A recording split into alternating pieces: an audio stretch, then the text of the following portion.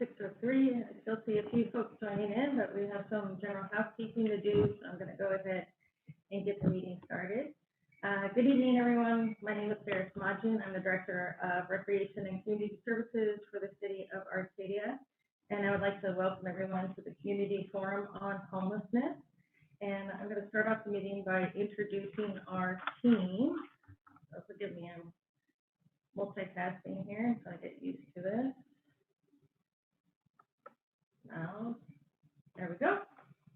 Okay, so this evening we have our Mayor Chote, our Mayor Pro Tem Paul Chang, our Council Member Tom Beck, our Council Member April Rolado, our City Manager Dominic Lazzarato, myself, who I already introduced, the Assistant Director of Recreation and Community Services, Candace Chung, and we have Sean Morrissey with Union Station Homeless Services, and he's the Senior Director of Advocacy and Community Engagement, and Teresa Eilers, sorry Teresa, Program Specialist with Advocacy and Community Engagement.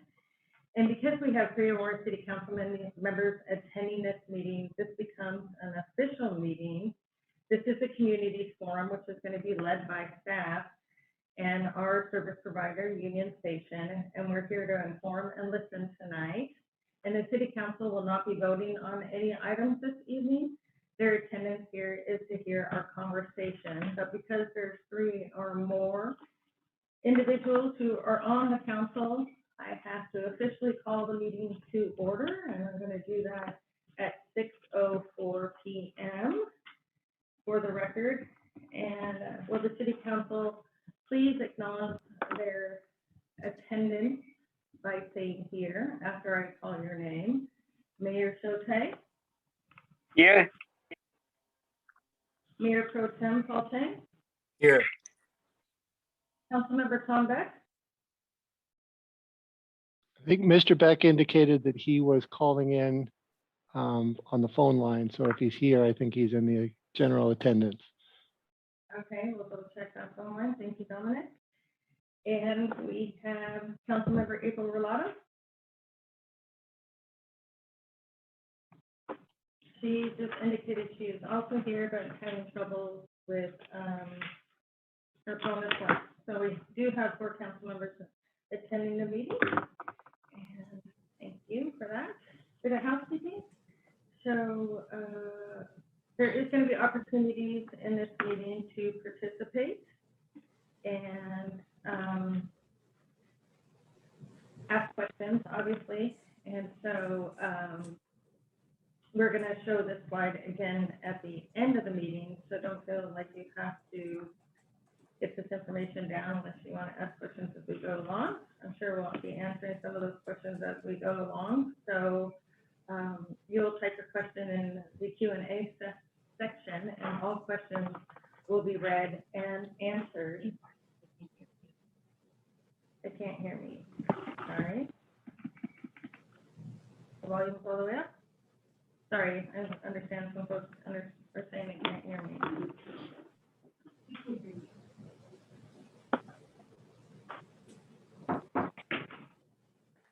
Okay.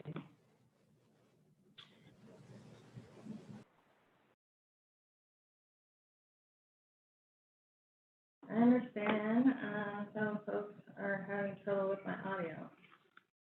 So, in the speaker yeah, can the people in the chat let us know if you can hear other people, or is it just Sarah that you can't hear? I apologize. We did a test run, and they said just Sarah. They can hear Dominic.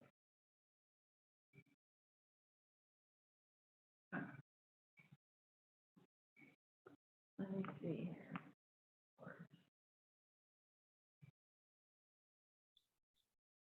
Okay. Sarah, do you have another microphone you can switch to?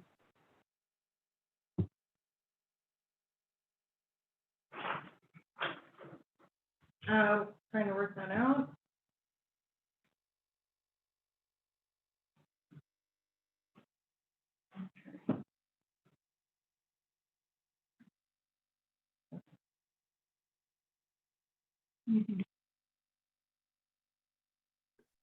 So since you all can hear me and while we're working out Sarah's microphone, let me take this opportunity to, I guess, first apologize to those. While we were loading into the room, I was talking to a member of the panelists. I made a casual Any better? comment. I made a casual comment during that, Can't and hear anybody else now. some people Sorry. have interpreted that as me being flippant about tonight's conversation. Believe me, I take this matter extremely seriously, and the two most important things I do for this city are to protect property values and protect public safety. And that's why we're here tonight. And we're going to talk about all those issues, but I just wanted to make sure that if anybody did hear that part of the conversation, it was not me undermining anything here tonight. I'm very interested in talking about all these topics and hearing what the community has to say about homelessness in general. So Sarah, can you hear me I can now? hear you now. I'm so sorry, everyone. Can you all hear me now? Anybody? I see. So I'm seeing a lot of yeses, all good. Okay, so now we can hear Sarah. Okay, please forgive me, everyone. I'm not a Zoom webinar guru. So we called the meeting to order. We took care of some, all right, let me move some of this stuff away. Housekeeping items earlier. I called the meeting to order. We have 3 or more city council members in attendance if you missed that part. And so we have to legally call the meeting to order by the Brown Act. So that's what we did. The city council will be here not to vote on anything this evening. This is a community forum. We're here to engage the public and let you all know what we are doing with homelessness in the community. This meeting wasn't set up for anything else. And so I'm sorry if you've been misinformed, and we're going to try to clarify some things as we go through this meeting with you all. There will be an opportunity to participate this evening. You can place your questions in the Q&A section, and we'll be answering all questions. And if you're a phone participant, you can press *9 to be placed in the queue. So once again, please forgive me for that mishap. I need starting off on the wrong foot, so forgive me. And thank you for being patient while we're waiting. So tonight's presentation covers an overview of homelessness in Arcadia and the grants and programs we're currently working on, including the possibility of the tiny shelter program. I know there seems to be a lot of miscommunication or misinformation floating around out there just from some of the comments I've seen with various emails sent to myself. And so the tiny shelter program has not yet been approved by the city council. The only thing approved by the city council was to explore the option to bring this to Arcadia. So nothing has been decided upon.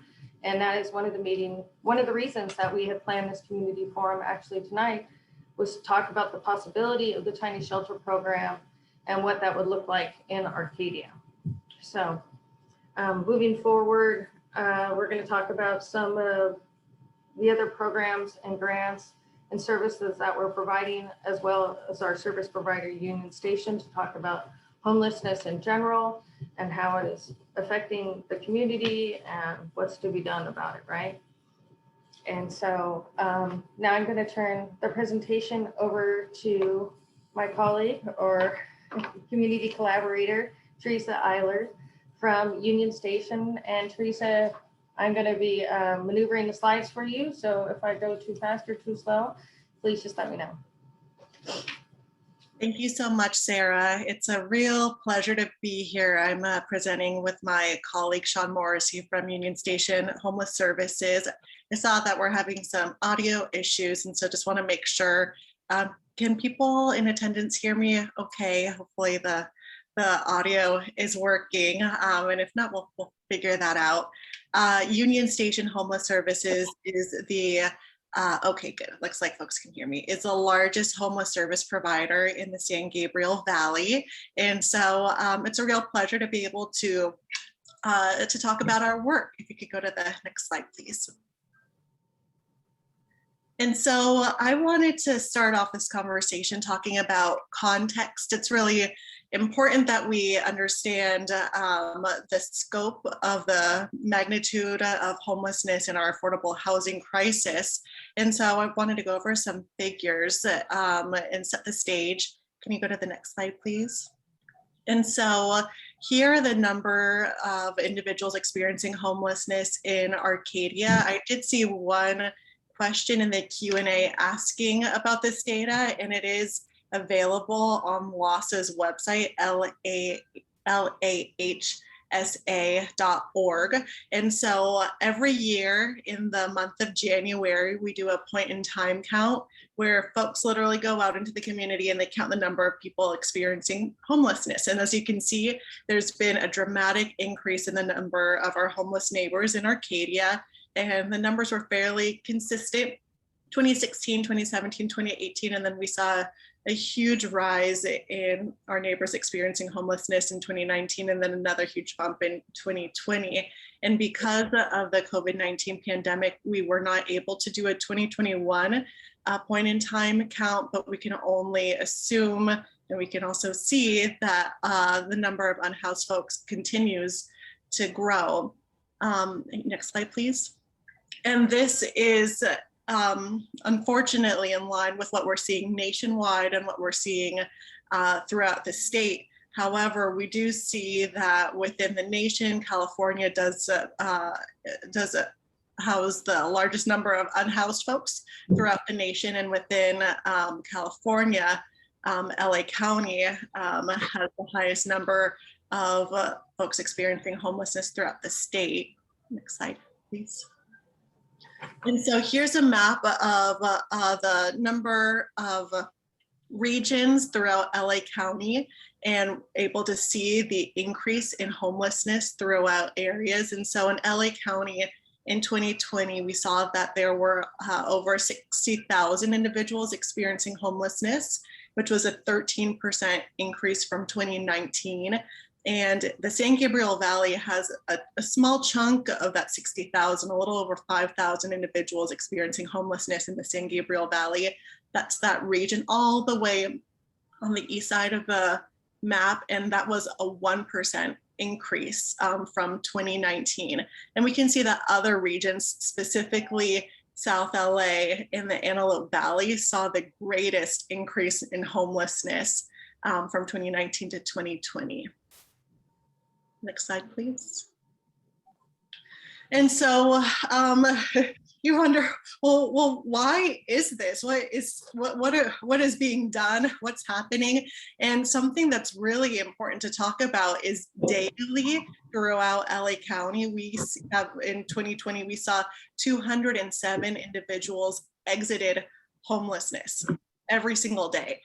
But while 207 individuals were exiting homelessness, an additional 227 individuals were falling into homelessness. So we do have proven methods to help folks get the services they need to get into housing, but something is happening where more folks are falling into homelessness, and we're able to help them get out of homelessness. And so for every single day, we are netting in LA County an additional 20 folks, new folks experiencing homelessness. Next slide, please. And so who are these new folks that are falling into homelessness, and who are the folks who are already experiencing homelessness? Next slide, please. And so I wanted to share some statistics here that are also based off of on LAHSA's website, which are available, and talking about folks who are chronically experiencing homelessness and individuals experiencing temporary homelessness. So the vast majority of individuals experiencing homelessness in LA County experience what is called temporary homelessness. And so that means that they are homeless for less than a year continuously. Whereas 1/3 of individuals experience chronic homelessness, and that means that they are experiencing homelessness for more than a year. And so this often surprises folks, and that's because people who experience the most chronic homelessness are often the most visible. And similarly, individuals who have substance abuse disorders are in the minority of people experiencing homelessness. People who suffer from mental health illnesses are also in the minority of folks experiencing homelessness. But some things of note that about a third of individuals experiencing homelessness have also experienced domestic violence or violence from an intimate partner. But who are the majority of people experiencing homelessness in LA County? Well, most of them have been employed in the past 10 years. And it really shows that the majority of individuals experiencing homelessness in LA County are experiencing homelessness due to purely economic reasons. And the city of Pasadena conducts their own really in-depth homeless count, which is really fantastic. And I encourage everybody to read their yearly homeless count reports. It's really easy to find if you just Google Pasadena homeless count report, it just pops up. And they found that 81% of individuals experiencing homelessness in Pasadena lived in LA County before they became homeless. And on top of that, they lived in housing for 17 years before becoming homeless. So something my colleague Sean will talk about later is who are folks who are experiencing homelessness, and were they already Native Angelenos? Because there is that stereotype that often they are not. But right now we are seeing 100%, the vast majority of folks experiencing homelessness are here. They're our neighbors. They already live here. They already have connections with people here, and then they choose to stay here. And so why are we seeing so many individuals falling into homelessness if we think about that 207 number and that 227 number? Most individuals who are now falling into homelessness in LA County are falling into homelessness for economic reasons. And so something to keep in mind is that 600,000 individuals in LA County pay over 90% of their income on housing related expenses. So you can imagine that these same individuals are just one small hiccup away from falling into homelessness. You can imagine if you're spending 90% of your income on housing, if you have a medical emergency, if you get into a car accident, if you lose your job, well, what type of safety net is there to help keep you into your housing? And so that's why we're seeing so many new individuals falling into homelessness, and showing that these same individuals that are falling into homelessness are already our neighbors. And this is really devastating, but it also sets the stage of why it is so crucial that cities act now, that we as a community act now, is because unfortunately the pandemic is only exacerbating all of the stressors that have contributed to the economic reasons why individuals fall into homelessness. And so we know that this is based off of California State Commission report done earlier this year in January, that essential workers make up half of California's workforce. And we know that essential workers have been on the front lines in many ways, working hard, and also putting themselves at risk of getting COVID-19.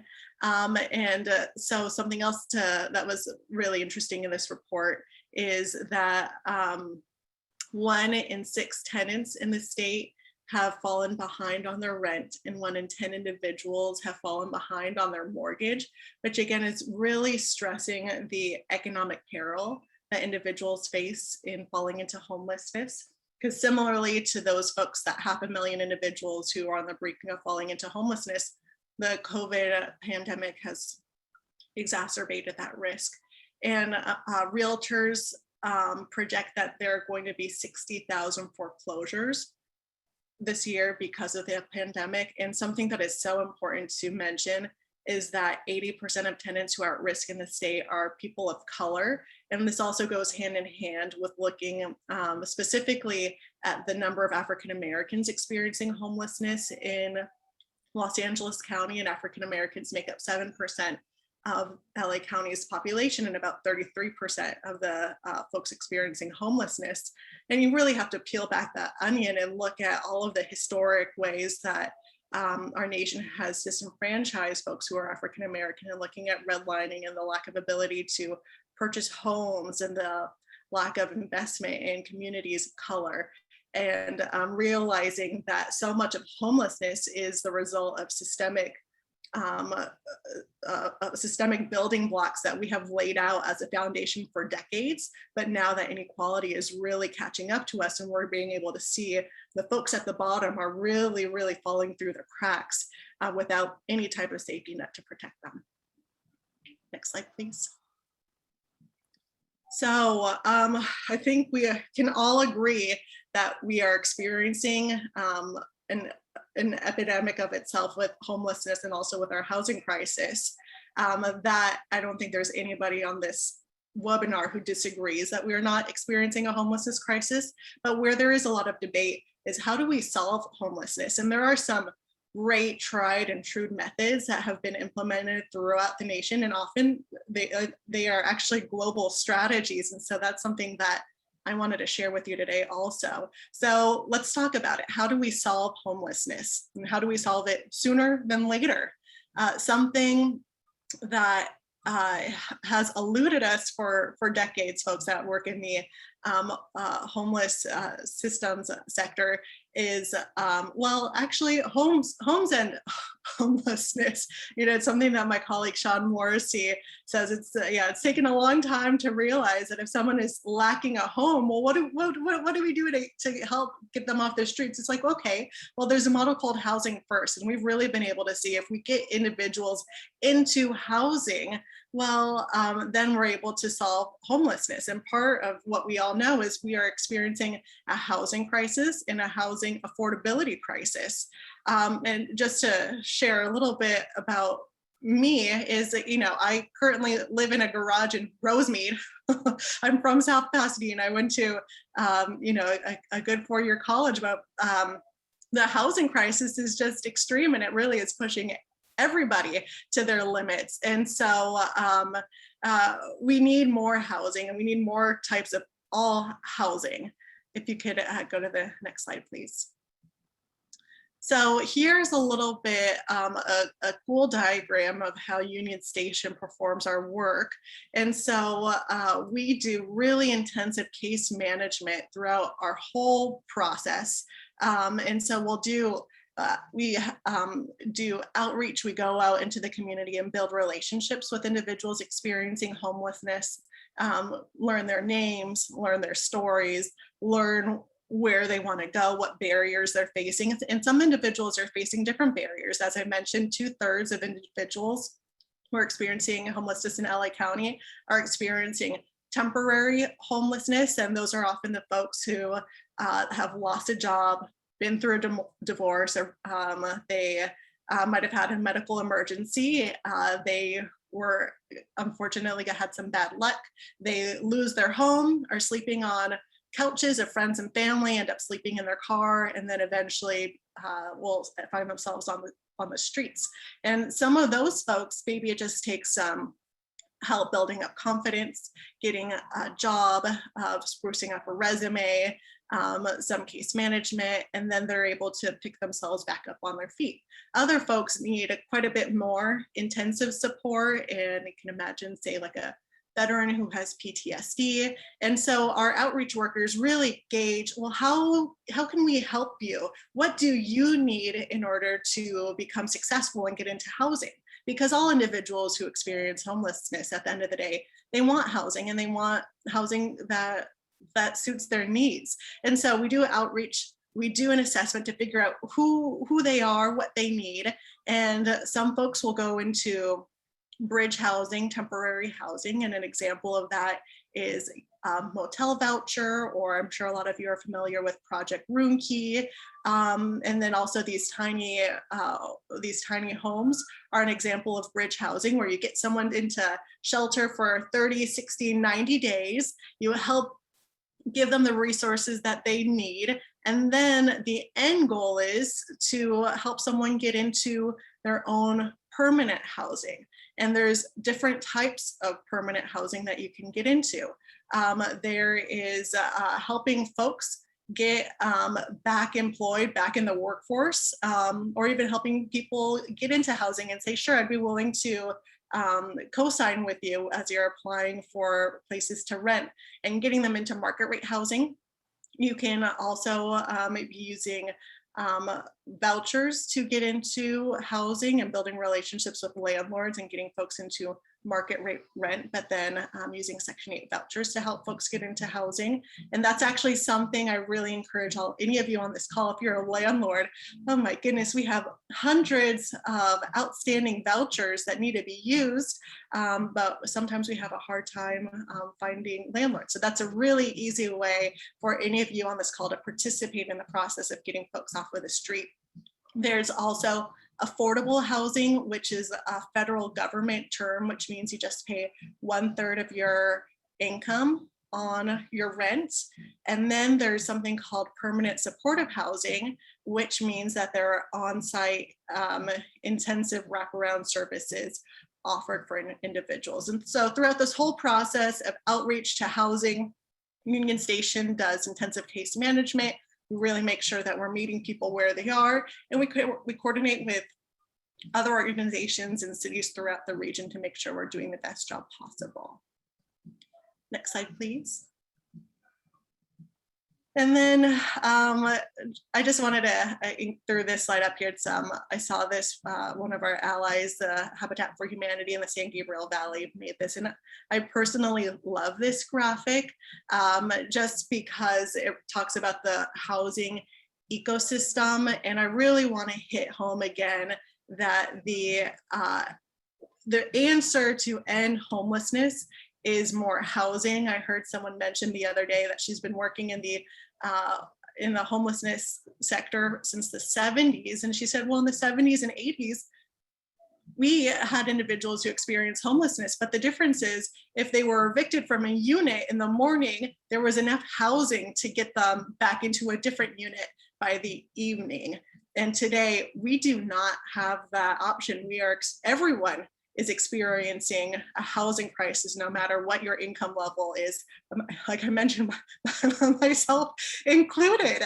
And so you could just imagine if you are even closer to that margin, how squeezed you might be. So we need all levels of housing. We need more market rate housing. We need more housing for purchase, more housing to rent.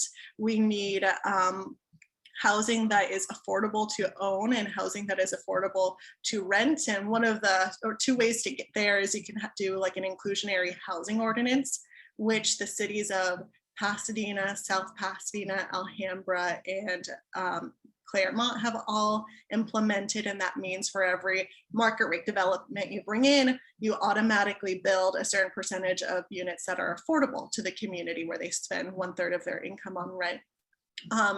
And then you need permanent supportive housing. And then you need bridge housing, you need shelters, you need the whole gamut. And so just because you do one does not mean you don't need to do the others. We really need to do a focused effort on building more housing, all of it. And we really need to get in line together and coordinate our efforts to start doing this as soon as possible. And that's the end of my presentation, and I'll pass it off to my colleague, to Sean. Thank you, Teresa. Good evening, everyone. I want to thank the mayor and the council members and the city staff for having us. I'm consistently impressed with Arcadia and everything that you do to address this issue. And want to call out Sarah, who has worked really, really hard and tirelessly around a lot of these projects, and in coordination with us.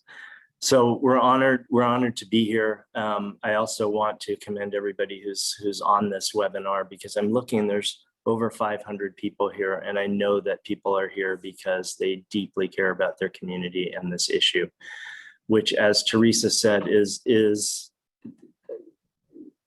has reached kind of epic proportions. It's an absolute crisis. There's no denying that.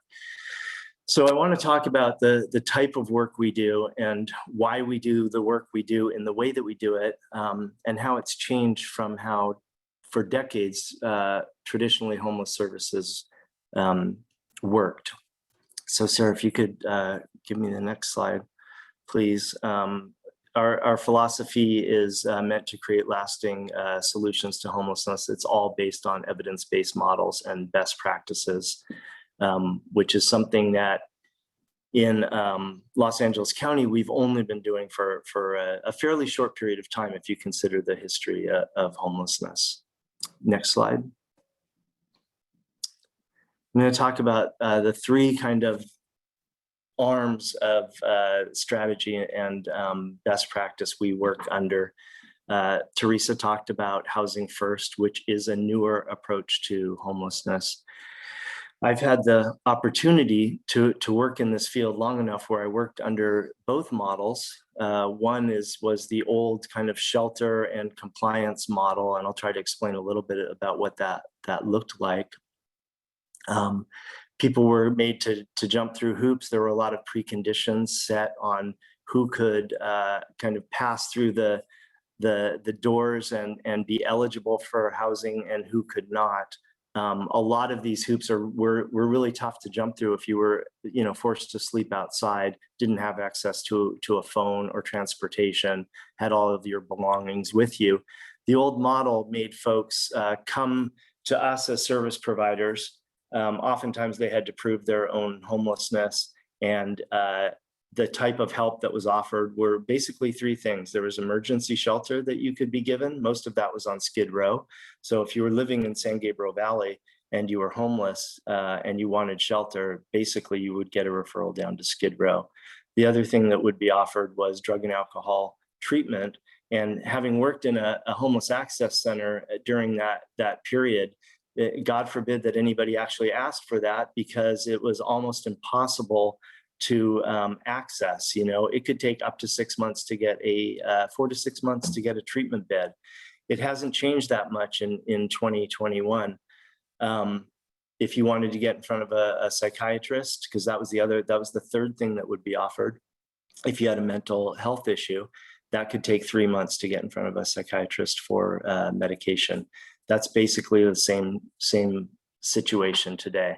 So when we talk about the help being available, and if folks really wanted it, they would just access it, we know that to not be true. I will share this about myself, because I'm saying all of these things as a formerly homeless man, someone who struggled with substance abuse most of my life, an IV drug user, almost 3 decades of substance abuse, and then later homelessness. Someone who experienced, deep childhood trauma, which, I later learned factored into not only some of the decisions I made, but my ability to show up and walk through certain processes. And I spent almost the last year of my homelessness trying to get into a drug and alcohol treatment center and was unable to do that. I just could not get into it. That was a period of time where you had to prove that you wanted to be there, not to get off the street, but to get better. And you had to perform, and you had to call every day for weeks or months to keep your name on a waiting list. And if you missed a call, you went back to the front of the line. This was 2002. Cell phones were not ubiquitous in the way that they are now. So that meant, for me anyway, trying to find a payphone every morning to make a call to a treatment center. It wasn't until I wound up in Pasadena at Union Station as a homeless man and was finally allowed the dignity of being inside, where I really started to get well. Which brings us to what Housing First really is. It's this idea that until you offer someone the safety and security of an actual home, people will not get well. You don't get better on the street. It just doesn't happen. And Housing First produces prodigious results. In our area where we do these models, we have a 97% success rate of people going into housing and staying there. Housing First has taken a lot of heat recently. And I'll tell you that it is the model that has housed more people in the history of homelessness than any other model before it. We permanently housed, using a Housing First model, almost 21,000 people last year, permanently housed. But as Teresa alluded, nearly 27,000 fell newly into homelessness. And I will say that this is not a case of just thousands and thousands of people making bad decisions. These are systemic issues, that a lot of what Teresa talked about. We also work under a model called trauma-informed care, and it recognizes the trauma that exists not only prior to people becoming homeless, but the deep trauma that exists when people are forced to live outside, and how hard it is to kind of come back from that. So expecting people to jump through a whole bunch of hoops when they're sleeping in a bush, trying to figure out how to be safe, is next to impossible. And so the work that we do considers all of those things and considers the life journey of the individual who is now wound up homeless and is struggling. And then harm reduction is a model that we use to help address substance use as well as mental health issues. It acknowledges that those two things are a fact of this world, and rather than ignoring it or condemning it, we work to help folks relieve some of the harms associated with conditions or life choices. It also is focused on harms that the systems sometimes cause. We focus heavily on the pathology of the individual, and we largely ignore the broken systems and structures that have created some of the pathologies that we're looking at. And so harm reduction is focused on both of those things, addressing the health of the individual and also addressing broken systems. Next slide, please. Teresa covered a lot of this, so I won't spend a lot of time on it. The outreach services are intense and comprehensive.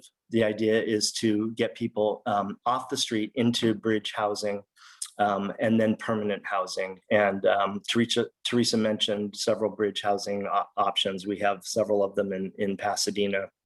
What formerly used to be called shelter is now bridge housing. There are project room keys, home key, which are the motels. There are the tiny home solutions.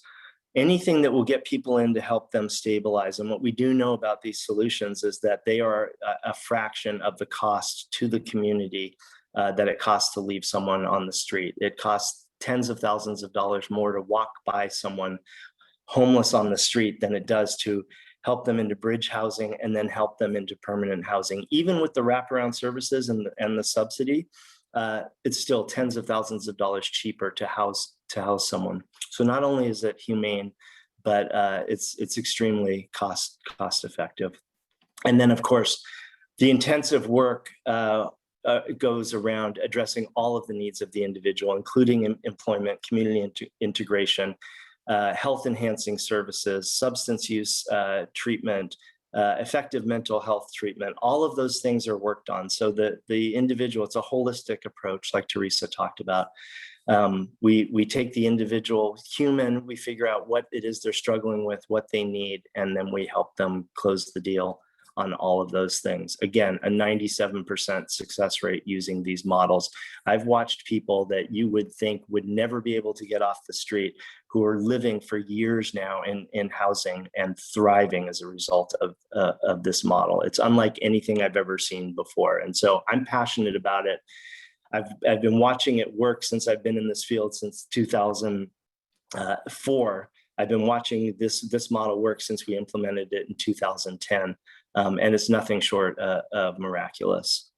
Next slide, please. And so and you can go ahead, Sarah, one more. We're just going to talk about, some of the commonplace things that are said about folks who are homeless. And I think the most important part of what I really want to talk about tonight is this idea that the folks who are living outside around us are human beings. If you had seen me 19 years ago, you would have crossed to the other side of the street, because the trauma of living outside is apparent in our physical presentation, right? But what was happening inside of me is what is happening inside of every, beating heart in this room. The same desires, dreams, hopes, longings, wishes, struggles. And so it's hard sometimes to see the folks that are living outside as being like us. But I just want to assure you that they are absolutely like us. I'm one, and I'm an example of what happens when you wrap around someone with nurture, love, unconditional positive regard, and really intensive services, not the least of which is housing, which is kind of the foundation for all of this forward movement. So some of the things you hear people say, people experiencing homelessness, want to be homeless. They're choosing that lifestyle. And in the 16 years that I've done this work, and I've worked with hundreds, I've worked with over, thousands of folks experiencing homelessness. I have yet to meet one person who did not want their own home, who didn't want their own bathroom, didn't want their own bedroom, didn't want their own kitchen. It just hasn't happened yet. What people have been offered historically for decades were never homes. They were always programs with a lot of compliance and a lot of hoops to jump through. And people with real complex challenges were basically set up for failure. And people learned that was all that was going to be offered if you went to a homeless service provider. That's changed. And when that changes and people are actually offered the dignity of home, they always accept it without fail. I've never seen it not happen. This idea that, folks experiencing homelessness are service resistant. No human beings are service resistant. It's not a thing. What has happened is that our systems, the way that the systems that were set up to kind of the interventive upstream systems that were put in place to stop homelessness before they happened are just still broken in 2021. People aren't service resistant. What we've learned along the way is instead of, forcing folks to bend to meet the requirements of the services of the program, we have to build services that bend to meet the needs of the individual. That's something that we're still working on doing. Like I said, that idea behind trying to get into a treatment center or in front of a psychiatrist, weeks and months, that's still the case today in 2021.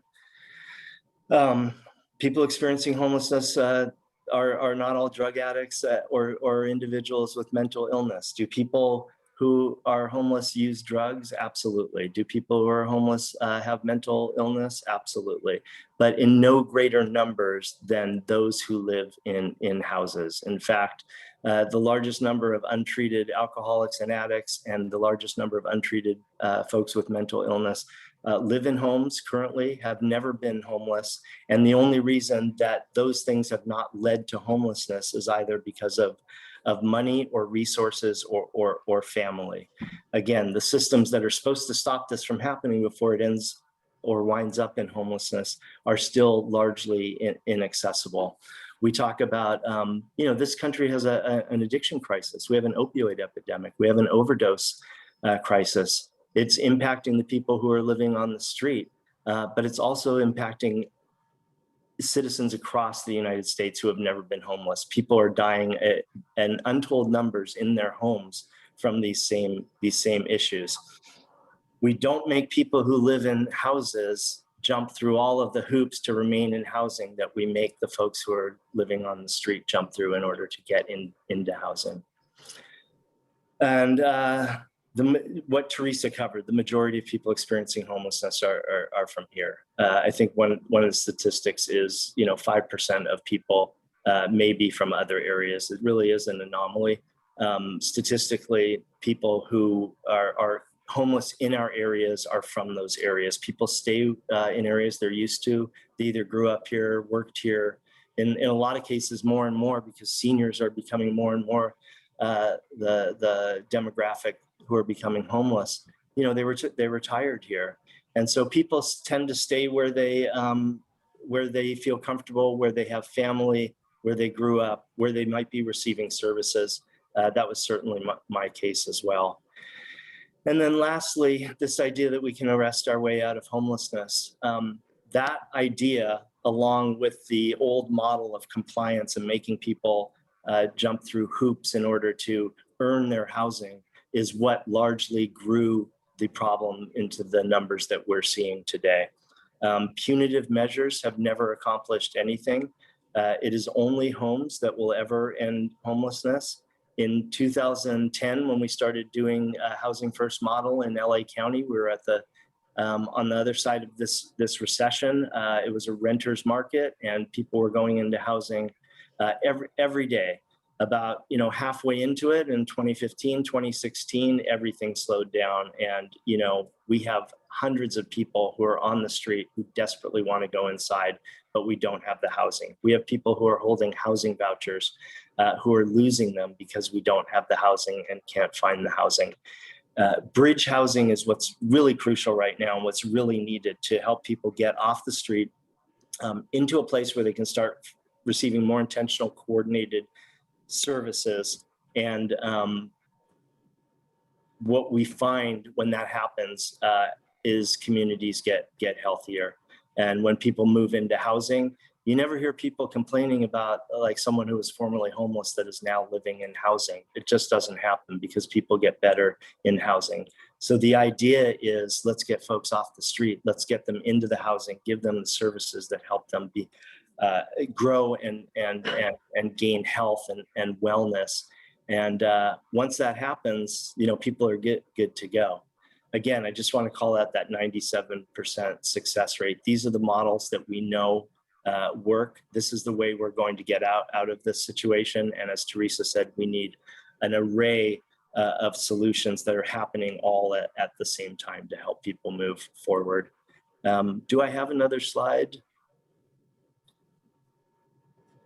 I don't. So I just want to thank you, all of you, for your good hearts and for listening to us. And I believe that we can do this together. Arcadia is uniquely positioned to end this problem in the city with all of the resources and will that you have as a community. Thank you. Well, thank you, Sean, and thank you, Teresa. I think you provided a different aspect and some valuable information for the members of our webinar today, and I'm sure you'll swing back a little bit and help me answer some of these questions. So to continue on, what is Arcadia doing specifically to address homelessness? I want to start off, Sean and Teresa mentioned some figures of how much it costs to not house people, and then how much it costs more to actually continue to keep folks on the street. So in case you didn't know, each month the city spends approximately $75,000 on merely being reactive to homelessness. This equates to nearly $900,000 per year if you do the math. And what we've seen in the last 5 years by merely being reactive to homelessness is that the problem gets worse. So this is encampment cleanups when an individual experiencing homelessness needs to be transported to the hospital, when there's a call for service from the police department, just an array of different things that take place in normal city business. This is just normal city business with the negative impacts that we see of homelessness equates to that $75,000 per month, folks, per month. So we hope that if we connect folks to services, it will help reduce the money. If we help connect folks to services using grants and other means, then it will help reduce this general fund money that we're spending every month, just being merely reactive versus proactive and not really accomplishing much. So again, what is Arcadia doing to address the problem? We can all agree that in Arcadia, the population, there is a homeless population in Arcadia, and it continues to get worse. We hear from the residents quite a bit about the negative impacts of homelessness, that you don't feel safe walking down the street, walking your dog, your children walking to school, different impacts you have experienced with individuals who have different disorders or needs that are being taken care of, as Sean was talking about, and they don't have a way to get into a facility to help them address those needs. And so you see some of that play out on the street. So our goal with addressing homelessness is to protect all those who live in Arcadia, including the unhoused and the housed. We want to address all public safety concerns and keep Arcadia safe.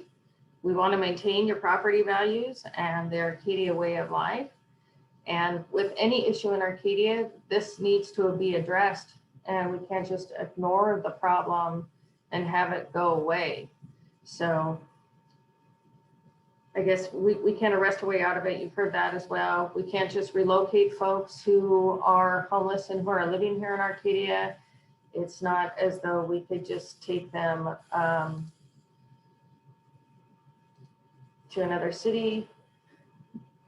Sorry, my video just stopped for some ungodly reason. Anyways, I'll get somebody in here to fix that, and I'll continue on. If we want it to go away, we have to do the hard work that it's going to take to get it to go away. So we're going to need to actually address it instead of just ignore it and hope that it goes away. So I'll go to my next slide. Now my video is back on. Boy, I'm having some technical difficulties this evening. I apologize. Again, we've heard a lot of things about what not to do when addressing homelessness.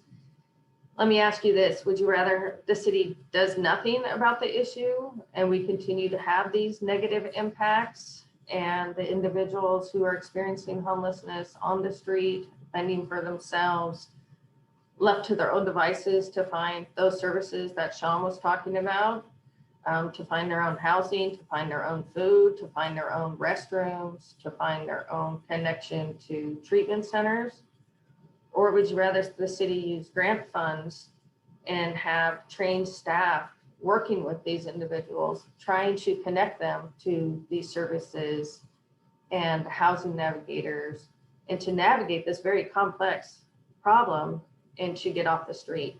Because what we see is if they don't have any help to do these tasks, then they're not very successful with getting off the street. So back in 2018, the city received our first grant to address homelessness. We received $30,000 to adopt a homeless plan. And it's a 5-year plan to prevent and combat homelessness. And there's 5 major goals of the plan. So we want to educate staff and the community about homelessness, connect individuals to the coordinated entry system. And if you haven't heard of the expression, the coordinated entry system, that's a system that's coordinated, obviously, through all the case managers, through the industry of not just like the individuals working at Union Station, but the individuals working at all service providers that work with individuals experiencing homelessness. And so the more people that they can connect to the coordinated entry system, the more people that they can follow around as if they are transient and they move from one location to another, and then try to reconnect them back to where they started, because that's where they need to go to receive their service. So for example, I'm going to talk a little bit about the Homeless Resource Hub in a little bit. If one of our case managers had an individual experiencing homelessness from Monrovia come over to the Homeless Resource Hub and try to start a new system in Arcadia, they would look up the individual, see that they already have a case management through the coordinated entry system in Monrovia, and try to reconnect them to their base in Monrovia where they already started their work. So we're not getting more individuals experiencing homelessness here in Arcadia, and the work being done by the previous case manager and housing navigators isn't lost along the way either. We also want to explore the creation of temporary and permanent housing, coordinate with regional partners on the homeless plan implementation, and strengthen that local capacity to support countywide outreach. And if you want to view the entire plan, it's on the city's website. Hey, Sarah, before you move on, Sure. let me just state for everybody, if you go back, that talks about 2018, we received a grant. But where that grant funding comes from generally is from Measure H, which the voters approved back in 2017. It's a sales tax that we all pay. Any transaction that you conduct anywhere in the county of Los Angeles, a percentage of that goes to combat homelessness. That measure was approved by more than 2/3 of the county, of the voters in the county, because we all had agreed collectively that what we were doing was being ineffective and we needed to do something about homelessness. We spent years letting the county do what it could do, the state do what it could do, and all we saw was the numbers rising over and over and over again. And the voters voted in this tax measure. From 2017, or even before that, on to about 2018 or 2019, most of the funding for Measure H still went to the county, still went to the private service providers, and no services were really getting to the city of Arcadia.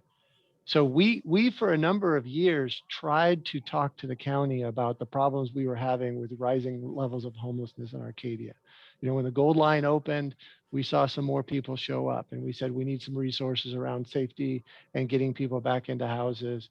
You know, when the economy turns, we see more people show up from homelessness, and all they were really focused on was downtown LA and building large permanent housing facilities.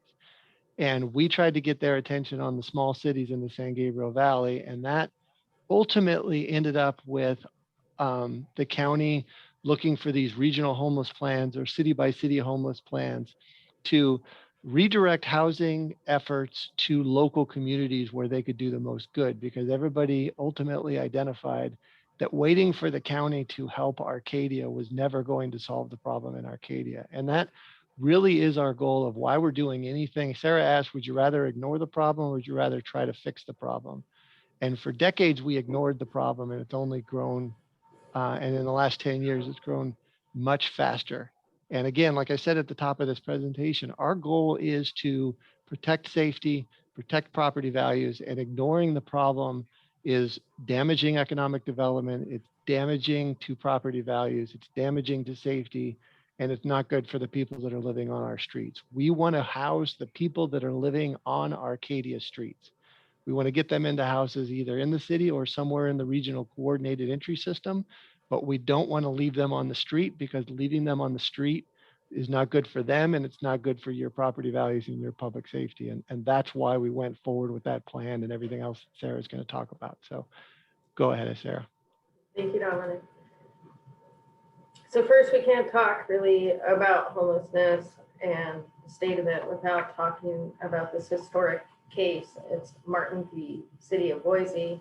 What we commonly hear is, why don't we just get rid of the tents that are out there? Why don't we arrest our way out of homelessness? And why do the homeless have to be here in Arcadia? Arcadia is a community of homes.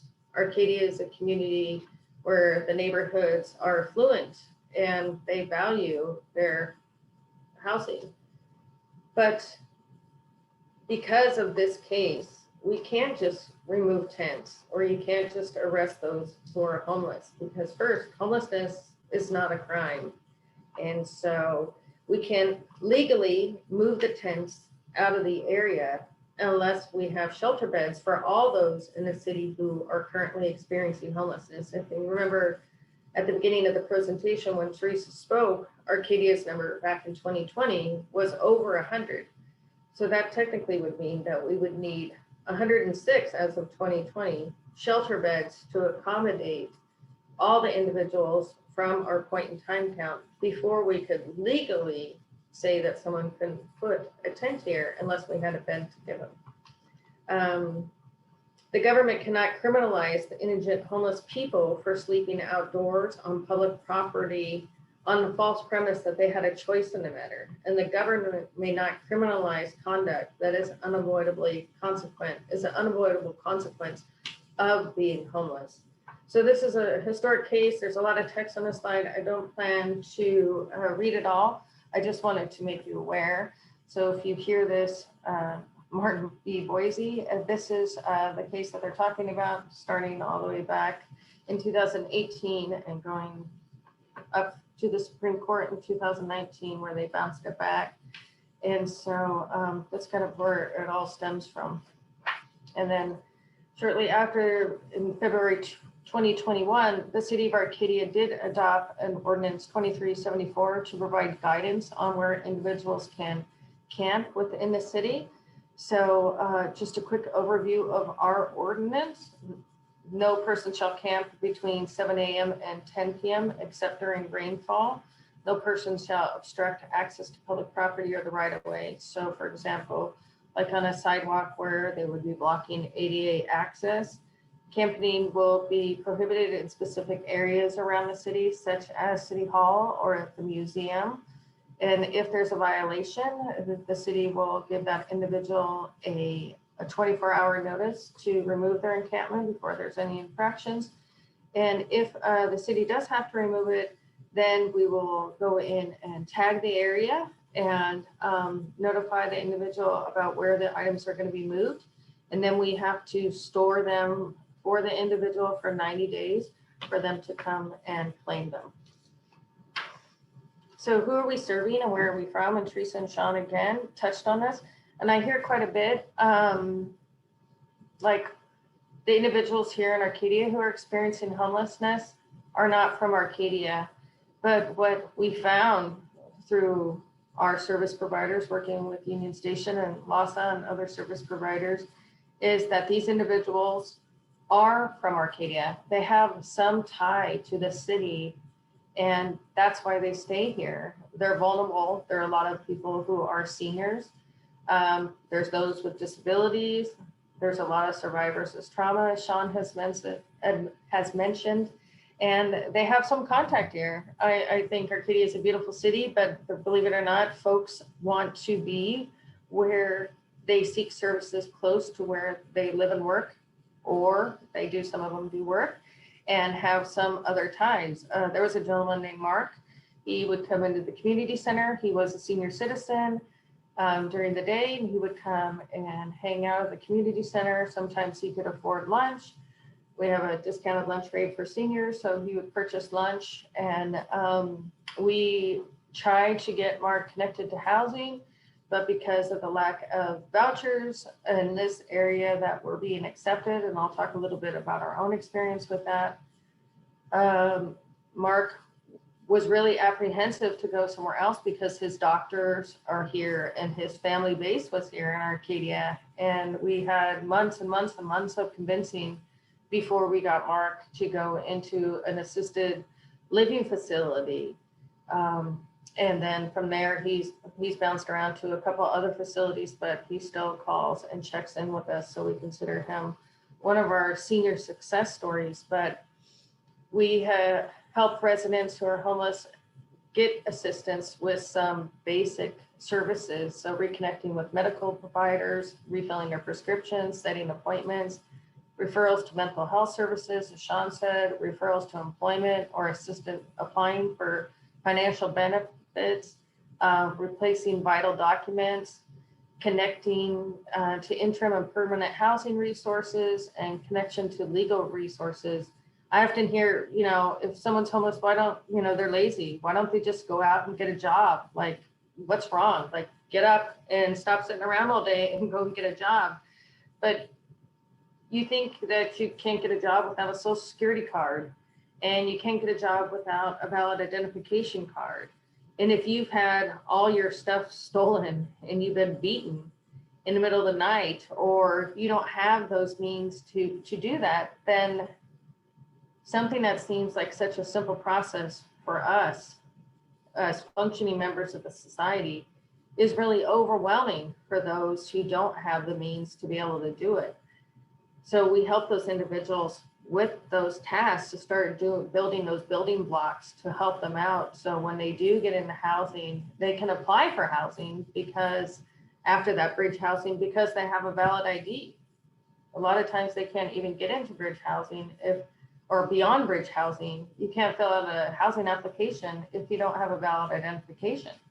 So there's other things that individuals experiencing homelessness need to take care of, because so much is degraded in their life that we need to work on building back. And it's not just one encounter with the case manager from Union Station that solves the problem. I mean, sometimes this can take months and months and months, as Teresa mentioned, if they're chronically homeless or temporary homeless.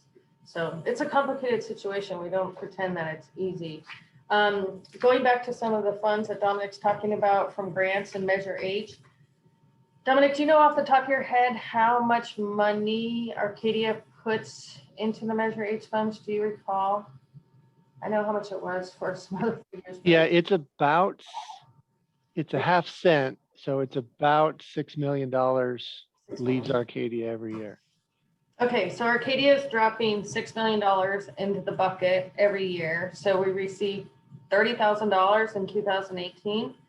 In 2019, we received $292,000, but that was a multi-jurisdictional grant because our point in time counts back in 2017, if that's the figures that they were using, weren't over 25. So in order to even get any of these funds, we had to do a joint application with the city of South Pasadena because they were in the same boat and apply for the grant jointly. So this included a multi-jurisdictional case manager, and many of you who work with us and have contacted me to do outreach with individuals experiencing homelessness know Mari. She's been with us since 2019 now. She works part-time here in Arcadia and part-time in South Pasadena. And we also received motel vouchers for $66,000 and rapid rehousing for 51, a little over 51.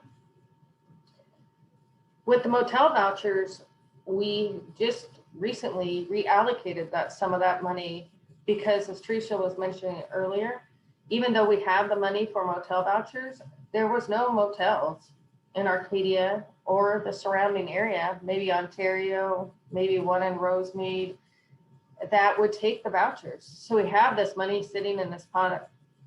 We have these vouchers, and just like with the Section 8 and some of the other challenges, that there isn't people to take them. So people can't use them. And then this grant fund is essentially going to waste. So what we did is we worked with the county to reallocate some of those motel vouchers back into our case manager. So we could keep that individual was supposed to leave in February, and now we can keep them till October of 2021 through that initial grant that we received in 2019. In October 2020, we And Sarah, can I touch on something? of course, sorry. When you were talking on the last slide, you said that we didn't have 25 homeless people, and then now we're telling people we have 106 homeless people. And a lot of people are going to take that as, Sorry. the numbers have ballooned from 25 to 106, and officially the numbers have done that. But really why it's done that is because we started taking the annual homeless count seriously.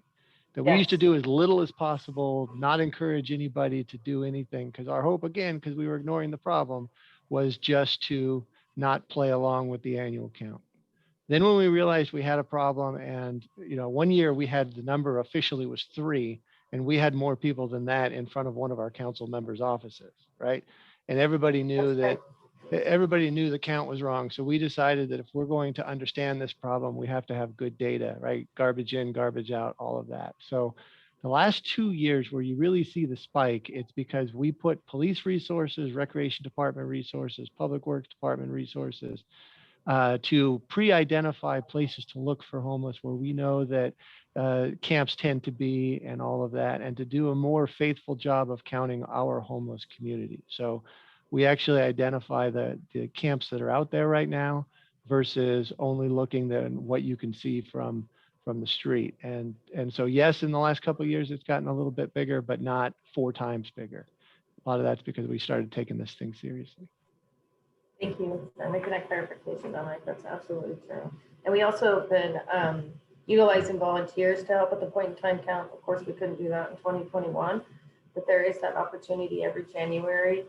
Hopefully next year we'll be back on track to do it in person again. And so we actually divide the city up by grids. And as Dominic mentioned, we utilize the police department to do the areas which are deemed a little bit off the beaten path, a little bit more tricky, so we can get those accurate counts.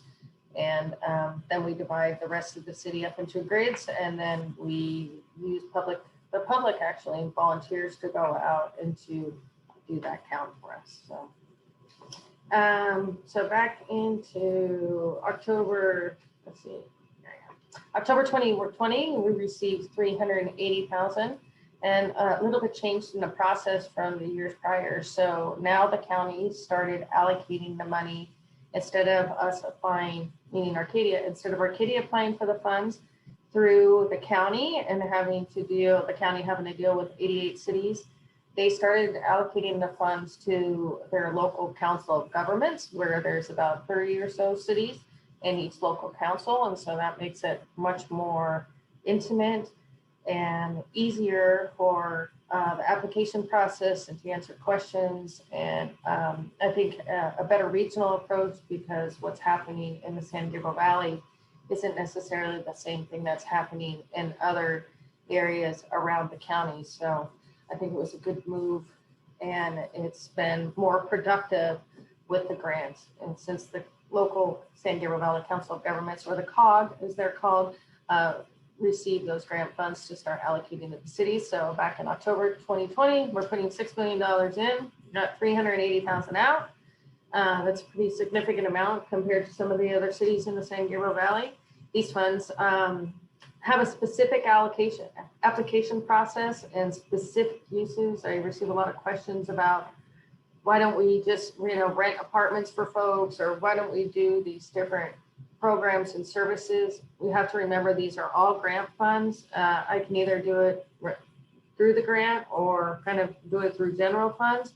And since the taxpayers are already paying $6 million a year through sales tax, we would prefer to do it through grant funds instead of having them to essentially pay twice.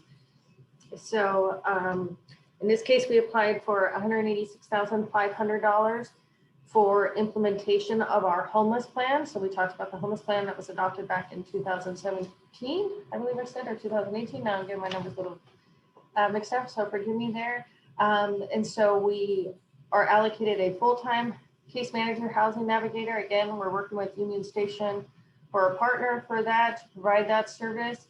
And then so we have our full-time individual and our part-time individual. We also have funds to do encampment cleanups around town, the first responder outreach, city emergency resources. And the reason that we applied specifically for emergency resources is it gave us some more flexibility. If we came across an individual that needs to get into a hotel or a motel for the evening, or needs a pair of shoes or a sleeping bag, some selected city staff have credit cards where they can take care of that on their own and make sure that person is safe until we can get them connected with case managers and other resources. And then there's a bit of oversight for staff administration costs. And then you probably heard about the prevention and diversion program.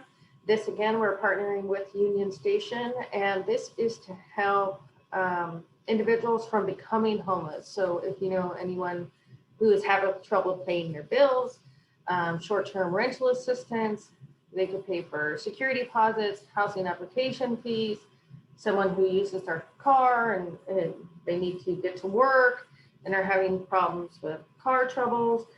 There's a variety. We have some flexibility with this.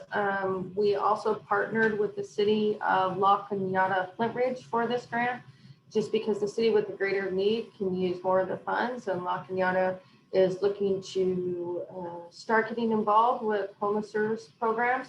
And so they thought if they partnered with Arcadia, they could kind of put their toe in the water. And we thought it was a win-win because we could potentially help more Arcadians from becoming homeless in the future by providing this service. And La Cañada can help their individuals as well. And it was a win-win for both communities. And then we received $150,000 for the Homeless Resource Hub. I'm going to talk a little bit more about that if you don't know what that is. So the Homeless Resource Hub was a program we started back in November.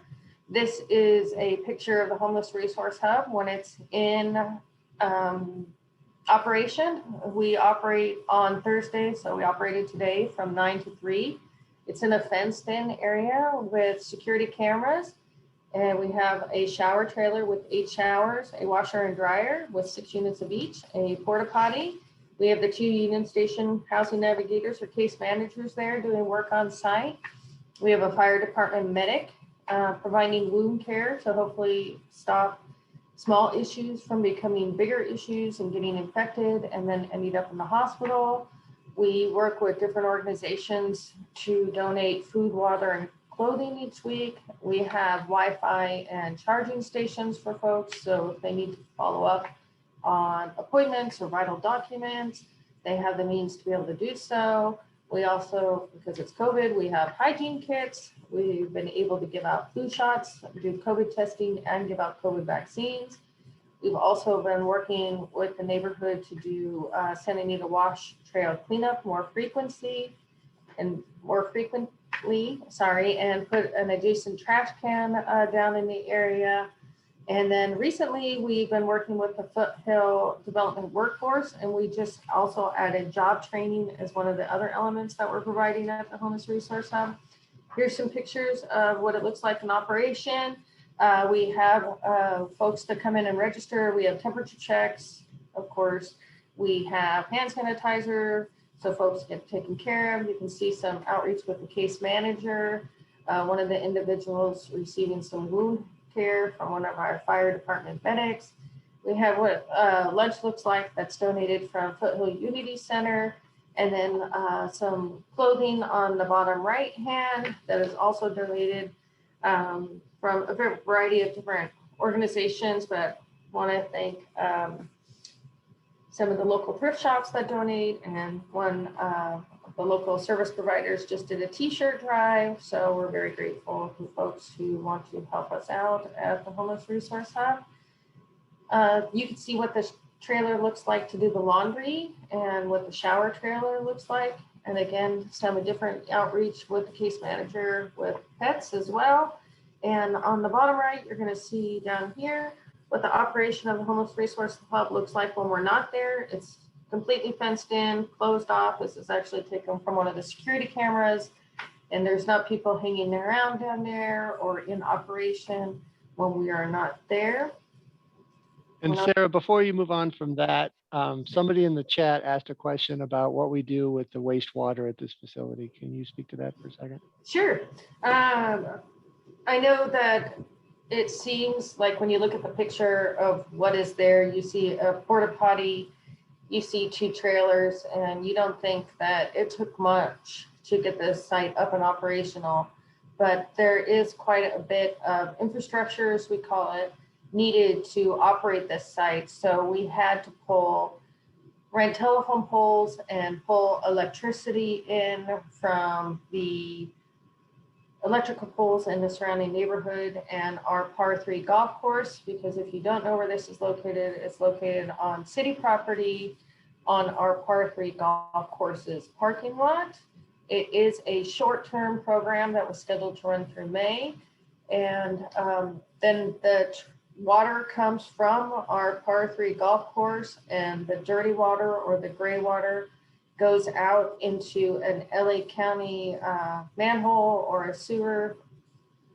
So that way it is properly disposed of. So when folks ask if we could just pick up and move it, we can't just pick up and move it, because all the infrastructure that it took to get all those accommodations made to get all the water and power and sewer to and from the site would have to be moved as well. And those were very costly, as well as the fencing in the beginning to get that up and operational. But just to be clear, as we're going to get into the tiny house proposal in a minute, and if the tiny house proposal goes forward, one of the things we're considering is moving the hub location over to the tiny house site. And we would do that if it all makes sense. Yes, because the tiny house would have some of the same amenities as what we have right now at the Homeless Resource Hub. So essentially we wouldn't want to lose the services that we're providing to the individuals who wouldn't be placed in a tiny home. So we would want to see if we can extend that service and then try to match the folks, and I'm going to talk about the case management here, to that service moving forward, so they have a steady pool of individuals to go into that bridge housing that Teresa mentioned, which is something like the tiny homes there. So we serve approximately 45 participants a week at the Homeless Resource Hub. And since November, we've served just over 700 individuals. We have 255 individuals connections to that case management that we're talking about, those housing navigators. We served over 600 lunches, given first aid or wound care to 67 individuals. We participated with the Department of Health Services and they conducted, I should say, 69 COVID tests and 38 COVID vaccines, done over 500 loads of laundry, 451 showers. Ongoing case management right now is at 27. So these are active, ongoing like CES cases for individuals that are ready to go into some type of bridge housing. And the fact that they're able to follow up and meet with them at a location like the Homeless Resource Hub week after week is much easier for us to see those 45 people come, 27 of them are ongoing case management. It's much easier for the housing navigators or case managers to make contact with those individuals at the Homeless Resource Hub week after week versus trying to go out into the community and find them amongst the community wherever they may be. So it's just a much more efficient way for the case managers to follow up with folks. I also mentioned the employment. So we've only had 8 individuals get connected with employment resources or look at different job training and skills, and 11 folks connected to housing. And then connected to previous CMs, the bottom right-hand corner, you'll see that's connected to the previous case manager. So they were in Arcadia, they looked them up through CES, they noticed that this wasn't their home base. And so they worked to reconnect them to where they kind of started in the system and work to get them back to their home base or their original case managers. And I'm gonna go to the next slide, which is, there we go. This is Rosemary, and Rosemary is shown here with one of the individuals from LASA. It's not only Union Station that comes down as one of the service providers, but the Los Angeles Housing Service Authority also comes there. And I'm happy to report that Rosemary got reconnected with her family, and so she's no longer visiting the hub, and in part because we helped her receive her driver's license within the first month of the hub's operation. And she wrote us a really nice letter before she left. She said, "Dear staff, I would like to extend my gratitude to all of you for making our lives more bearable while we go through our struggle. All of you are so kind to us, which makes it easier for us to open up and to be able to really voice our needs. I truly see the compassion and feel it as well. I thank you all from the bottom of my heart, and stay awesome and stay cool." So that's just a little nice kudos from Rosemary, and we thank her, and we're glad that we were able to help her get reconnected, I should say, to her family and off the street and no longer homeless. There is a possibility that we're looking at extending the Homeless Resource Hub. As I just mentioned, it was initially expected to operate until the end of May. We just received notice that we could do a short-term extension, which would be till end of July.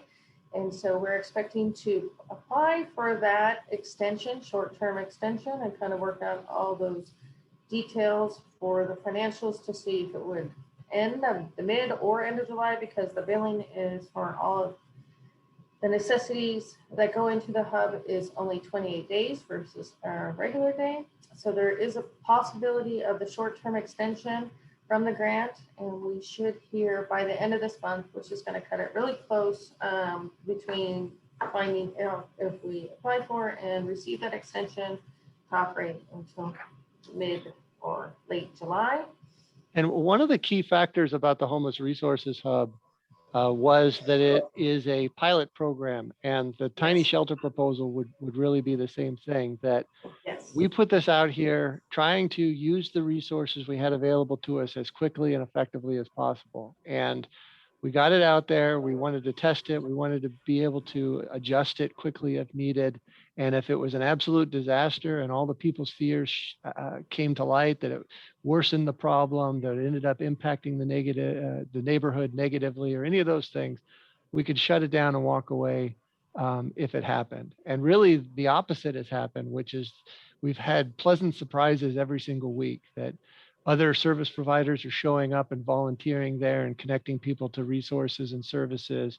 We haven't had any issues. As Sarah said, it's kept clean, and everybody's looking forward to it every week. And the number of people who come and volunteer and the positive outcomes we're getting every single Thursday when we open that up, it's made it to where we're comfortable extending it, even though it's only going to be 2 months at this point. We know that we've done good and we can do more good at that site, get more people off of the street permanently, which is our goal with all of this. Exactly. Could have said it better. Okay, so what's Arcadia working on next? I just mentioned the possible extension of the Homeless Resource Hub.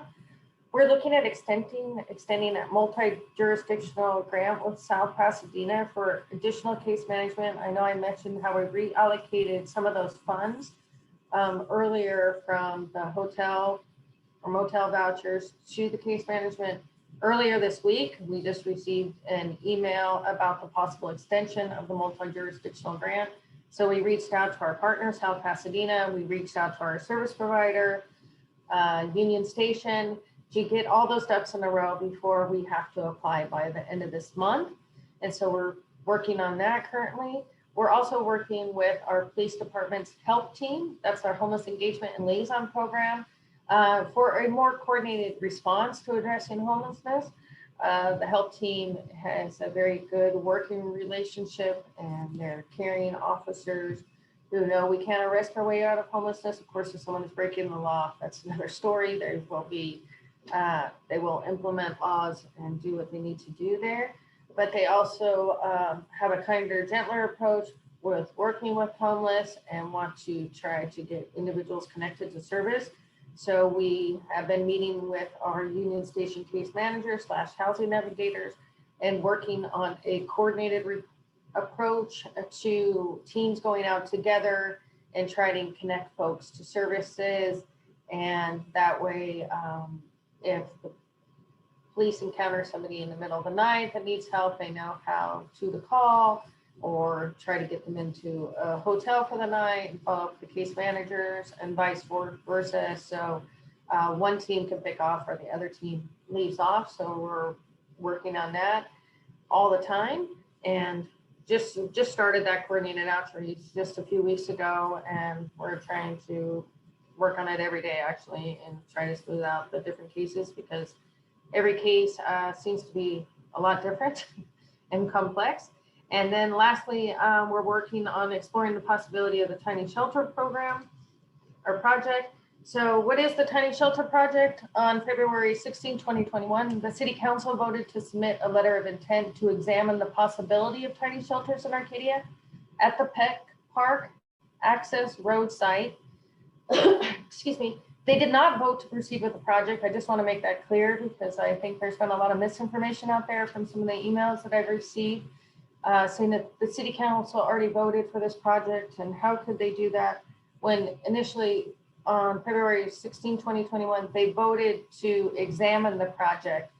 I also want to make clear that this project is not going at the par 3 golf course. This project is not going to replace the par 3 golf course. There seems to be some confusion with the par 3 golf course in this project. This project is going adjacent to Peck Park on a county-owned access road. It is not in the par 3 golf course, has nothing to do with the par 3 golf course. So I want to make that upfront and clear right now. As Dominic mentioned, it would be a pilot project with 15 or so tiny shelters. I'm going to show you some pictures in a moment of what one service provider looks like called pallet shelters, but that hasn't been determined even to that point if it would be that service provider or not. With the shelters, they would look to provide 2 meals a day. They would have restrooms, showers, possible laundry facilities there. Of course, there would be case management, security, and other wraparound services individuals need, which would all be paid for out of grant funds. This would be impactful. I've heard a lot of comments too about this is going to come from the city budget. This is going to impact the city budget.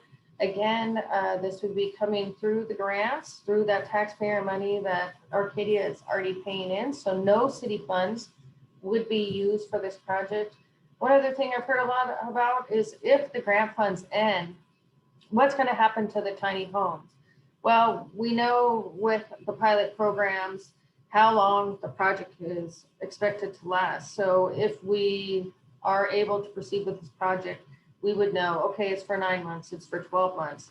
And we would probably know 6, 12, 3 months out that there was no more funding for the program. So in that case, we wouldn't turn then to use general funds for the program. We would work with our service providers to secure some type of emergency housing for the individuals living in the tiny shelters. And then generally we would just close the facility. So that's something I wanted to also specify up front because I know that's been a lot of questions. A little bit more about the tiny shelter project. Nothing's been determined yet. The site needs to be determined if it's feasible to operate the needs of the shelter or the infrastructure to support those needs. And I'll show you a little bit more why. So we need to get power to the site. We need to get water to the site. We need to get sewer out of the site. We need to make sure the site is level. The site would need to be fenced off. There's a lot of variables with this site because it's not in the middle of the city. It's not on a paved road. It's not somewhere where there is active utilities already there. So we have to work with the San Gabriel Valley Regional Housing Trust and the San Gabriel Valley Council of Governments are looking, they're the ones who are over the oversight for this project. And are looking with shelter providers. They're interviewing 3 different firms for the shelter providers. And then once they determine who their shelter provider is, they're going to look at construction management firms.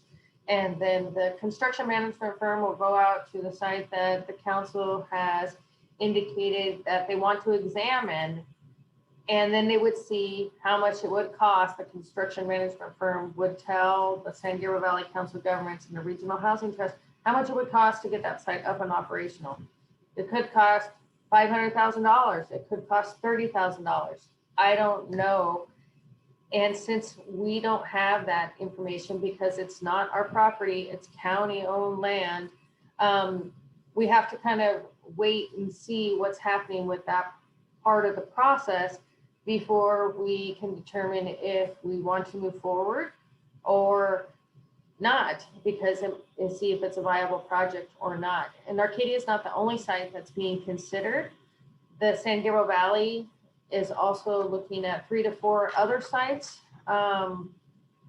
to explore the tiny shelters as well. So that's why the San Gabriel Valley Council of Governments and the San Gabriel Valley Regional Housing Trust would like to get a bid to look at the sites for all those tiny shelters. So if they purchase the tiny shelters, for example, I'm going to go and show you what they look like in a minute. They cost about $7,700 for one 64 square foot shelter. So if they're going to put 20 in Arcadia, 15 or 20 in Arcadia, 20 in Baldwin Park, 20 in Rosemead, and 20 in Laverne, they would do the capital funding to purchase all those up front. So that's what they're getting the bids for. So the tiny shelter project, as again mentioned, it is in county property. You can see this star over on the picture. You'll see the golf course is across Mungie Lake here. This is Mungie Lake over here. It's across Mungie Lake. So this is a county-owned piece of land off of Peck Park and South Arcadia. And it is a utility access road. If you see, this is a utility access road adjacent to Peck Park. So Peck Park is over in the general area in the middle. The trail that everyone's talking about is over this way, adjacent to the golf course, which is on the other side of Peck Park. This site was also previously identified by the county as a possible location for a much larger shelter. And by the city taking the lead, we would have control of the site and the operation versus it being operated with the county and without any city input or oversight. So that's why the city is looking at that, and we could do it on a much smaller scale and have some input from folks like you. This is about the site, just so you can have a clearer picture of what's there. As you can see across Mungie Lake, there's already some homeless encampments set up down that general vicinity. You'll see the golf course netting there. That is the golf course driving range. And that is one of the reasons why the Homeless Resource Hub was placed in that immediate area, because we know we already have a strong homeless population in that general vicinity. This is on the other side of Mungie Lake. You'll see that there's a homeless encampment there. And every time I go to visit the site, it seems to be growing. And this is the county-owned utility access road.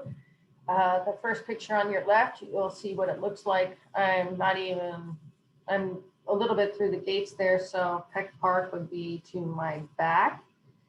And it's probably a good half a mile down the road there till you would come to this general turn in the access road. And this access road goes on, then when this gentle curve goes in, goes over to Peck Road, there. And so the entrance to the tiny shelter village, if it was built, we are looking to make that off of Peck Road versus the park on this side of things. This is an industrial area. Let me go back here so you can see it's back here. This is an industrial area off of Peck Road. Across the street is the Foothill Transit bus depot yard. Our public services yard is over here off of Gold Ring Road. And so it's in an area where there's not a lot of housing on this side of the lake. And, sorry, I'll go ahead here. So right now, this is just a dirt gravel road area. So why tiny shelters? Teresa talked about this before. This is an example of what the one company, one of the service providers, pallet, they're 64 by 64 square feet. So if you set up a typical canopy in your backyard for a barbecue, that is a 10 by 10. That is bigger than what this is. These are 8 by 8. And so when they say they're tiny shelters, they are truly tiny shelters. So these are interim housing solutions that represent a quick and scalable approach to address the emergency shelter need. So they're not meant to be lived in forever. They're meant to be lived in for a short period, as Teresa said, that bridge housing, so we could get folks into the next step of their journey along the way. The first one is you can see what they look like outside. This is with the roof and the front door off. So some of them have 2 beds, some of them have 1 bed, or this 1 bed can be folded up. And this is what they look like out on another dirt road. So you would get an idea of what they could look like in Arcadia. Arcadia is not looking to put up hundreds of these. They're looking to put up perhaps 15 to 20 of them at the tiny shelter village if it was approved. And what happens next with the tiny shelter project? So we're going to wait for the San Gabriel Valley Council of Governments and the San Gabriel Valley Regional Housing Trust to decide if that site is viable. And if we hear back that that site is viable and it's within the budgetary confinements of what they are able to spend, then we would begin the public process and public outreach with the community to discuss the project in greater detail and with the specifications and all the details of the project. If we then continued with the project after we do the public outreach and it continued to move forward, then we would go for approval by the city council, and then we would work with completing all the necessary agreements with the affiliated organizations. Then the site would be prepped with the power, water, and sewer and the grading work that I talked about, some of those infrastructure needs that we need to do. I also hear questions about who would go into the shelter. So Union Station, as you know, is our service provider for this area. they would use their list of individuals from the coordinated entry system who would be eligible to be successful in this type of housing for the area.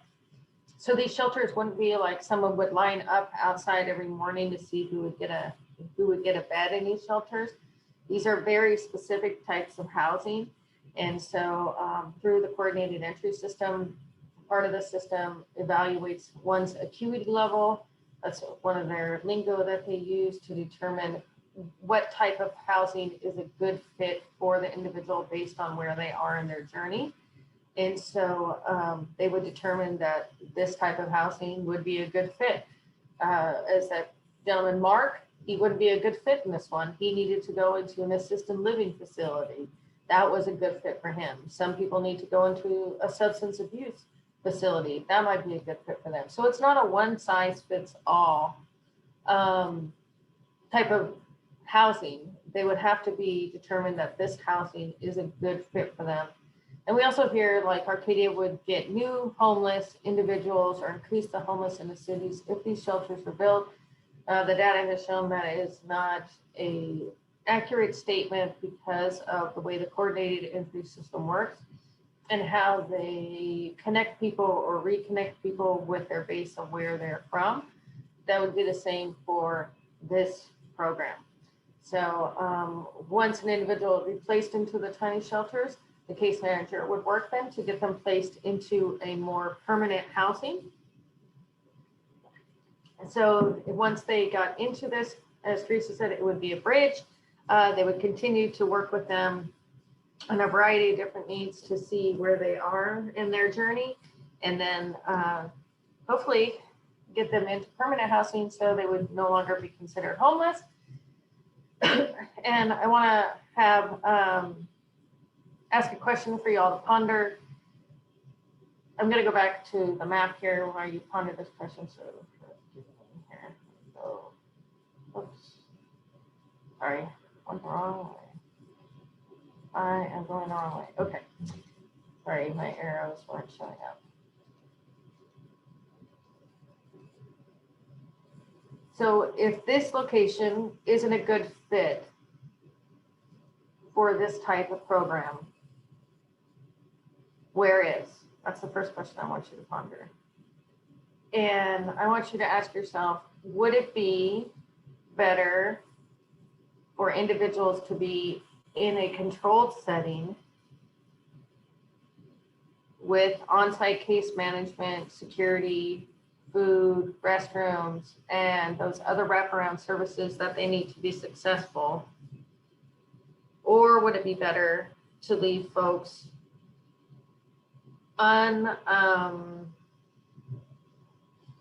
unaccompanied, I guess, to fend for themselves with no oversight to get off the streets? So which scenario would you feel more safe? If they were in a tiny shelter village with security and oversight and getting the help they need, or unaccompanied, as they're already here in Arcadia? So if we don't do anything to help them get off the streets, then they're going to still be here in Arcadia. And we'll still see those negative impacts. So would you feel more safe going to a tiny shelter village where there was staff there who are trained to work with individuals and get them the help they need? Or with no resources, left to their own devices, trying to fend for themselves in a public space? Just some things to think about. And which is safer for our unhoused neighbors too. It's not necessarily, they're part of this community too. So where do we feel is a better fit for them as well? So again, we can't ignore this and just hope it goes away.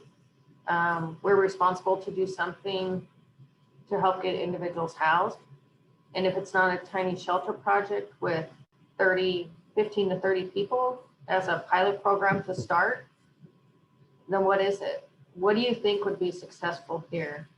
How do we proceed with this process or another type of project to help people get off the street if it's not in an industrial location What do you think? I want to know. Next, I want to talk about, so if you see somebody experiencing homelessness, what do? A lot of people call me. That's fine. You can call me, but I also want to show you. This is called LA HOP. It's the Los Angeles County Homeless Outreach Portal. And this is a way that anyone can go online and enter information about an individual experiencing homelessness to get them help or connected to services. So let's see if I can do that. Bear with me here.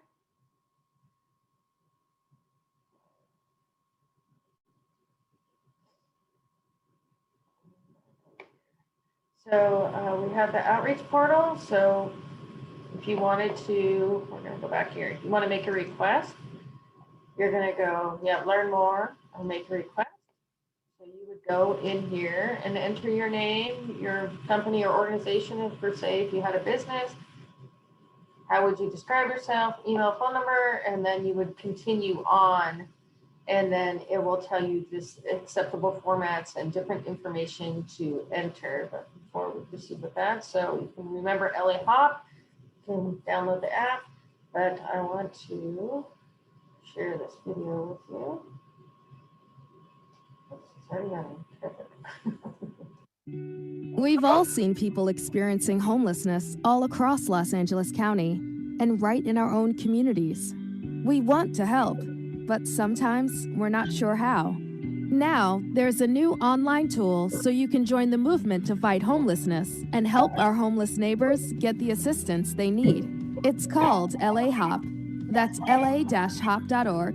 It stands for LA County Homeless Outreach Portal, and it's the first of its kind. Anybody with a mobile phone or computer can use it, and it works in multiple languages. Here's how it works. If you see someone on the street who needs help, go to la-hop.org, type in a location, or use the icon to show where the person is. Then describe the situation. The more detail, the better. After you submit the request, it's assigned to an outreach team that helps move people from homelessness to housing. This is when the hard work begins. Outreach workers often need to make multiple visits to build relationships and connect people to services and housing, and it can take a while to get people moved indoors. With so many people to serve, it may take a few days for an outreach team to be deployed. Priority goes to the most vulnerable. LA HOP does a lot, but it can't do everything. It's not for medical or mental health emergencies, and it's not for reporting crime, graffiti, or illegal dumping. But it does put the power of help at your fingertips, and that makes you part of the movement to combat homelessness across Los Angeles County. Thanks for being part of the solution. Learn more at la-hop.org. All right. Well, thank you guys. Let's see if I can get out of this successfully now with my multiple screens open here. There we go. Great. So once again, if you see an individual experiencing homelessness, you can go to lahop.org. You can enter the information, and that information will go then to Union Station. Union Station is the area SPA 3 provider, so they don't just work with LA County. If you remember the map that Teresa was talking about, or I'm sorry, with Arcadia, they work with many cities in the San Gabriel Valley in this region. They will determine, based on the information provided, what type of team needs to go out and work with that individual. Sometimes it might be a larger encampment, so they might need to work with our police department, for example, and set out a team, because we want to make sure the housing navigators and case managers are also safe going out to do outreach. And then one of the other questions I get asked quite a bit is donations. Folks always want to help. So right now, the way we just got, like I mentioned, someone did a big t-shirt drive, and we received a lot of socks and sleeping bags for the homeless resource hub. And what we can really use right now is $5 and $10 gift cards to local fast food restaurants. And if the tiny shelter project moves forward, then we will develop a wish list for items for the participants and the shelter needs to make them more at home. But if you have any questions or you'd like to make a donation, you can always reach out to me. Once again, I'm Sarah, and here's my phone number, 626-821-4369, or ssomogyi@arcadiaca.org. And again, we want to provide opportunities for you to participate and ask questions. So for Zoom participants, we will have, please type your questions in the Q&A section, and we'll read all the questions and answer them. If there's multiple questions that are the same, I'm sure Candace is going to phrase them, because right now I see that we have quite a few. And Yeah, and just so people know, we are at 421 open questions at the moment. So, I'll hang around as long as people want to tonight, but I don't expect we're going to get to all 422 now questions. if we've answered questions in the presentation, then we're obviously not going to be able to duplicate those answers and answer them again. And I want to say that in case you missed part of the presentation earlier, or you would like to watch it again, we are going to be posting this online. So it'll be on the city's website under homelessness, and we'll have it up by Monday too. So if you missed part of the answers later, you can go back and see what we had to say. And sorry to interrupt you, Dominic. I just No, got I was that going out. to say, we'll make sure that all the questions are answered, whether we do it live or whether we fill them in as afterwards. Yes, great. And that concludes our presentation. And so we're going for nearly 2 hours. We can get started on the questions and see how it goes. So I'm going to turn it over to Candace and our panel to see if we can get some of these answered and get out of here in a relatively decent hour. So Candace, you want to take it away? Thank you, Sarah. Just to let everyone know, I'm going to be going through some of these questions, and then there are some people with their hands raised. So I'm going to go ahead and kind of jump back and forth so people can ask their questions that are on the phone, or if they need to ask a question specifically verbally.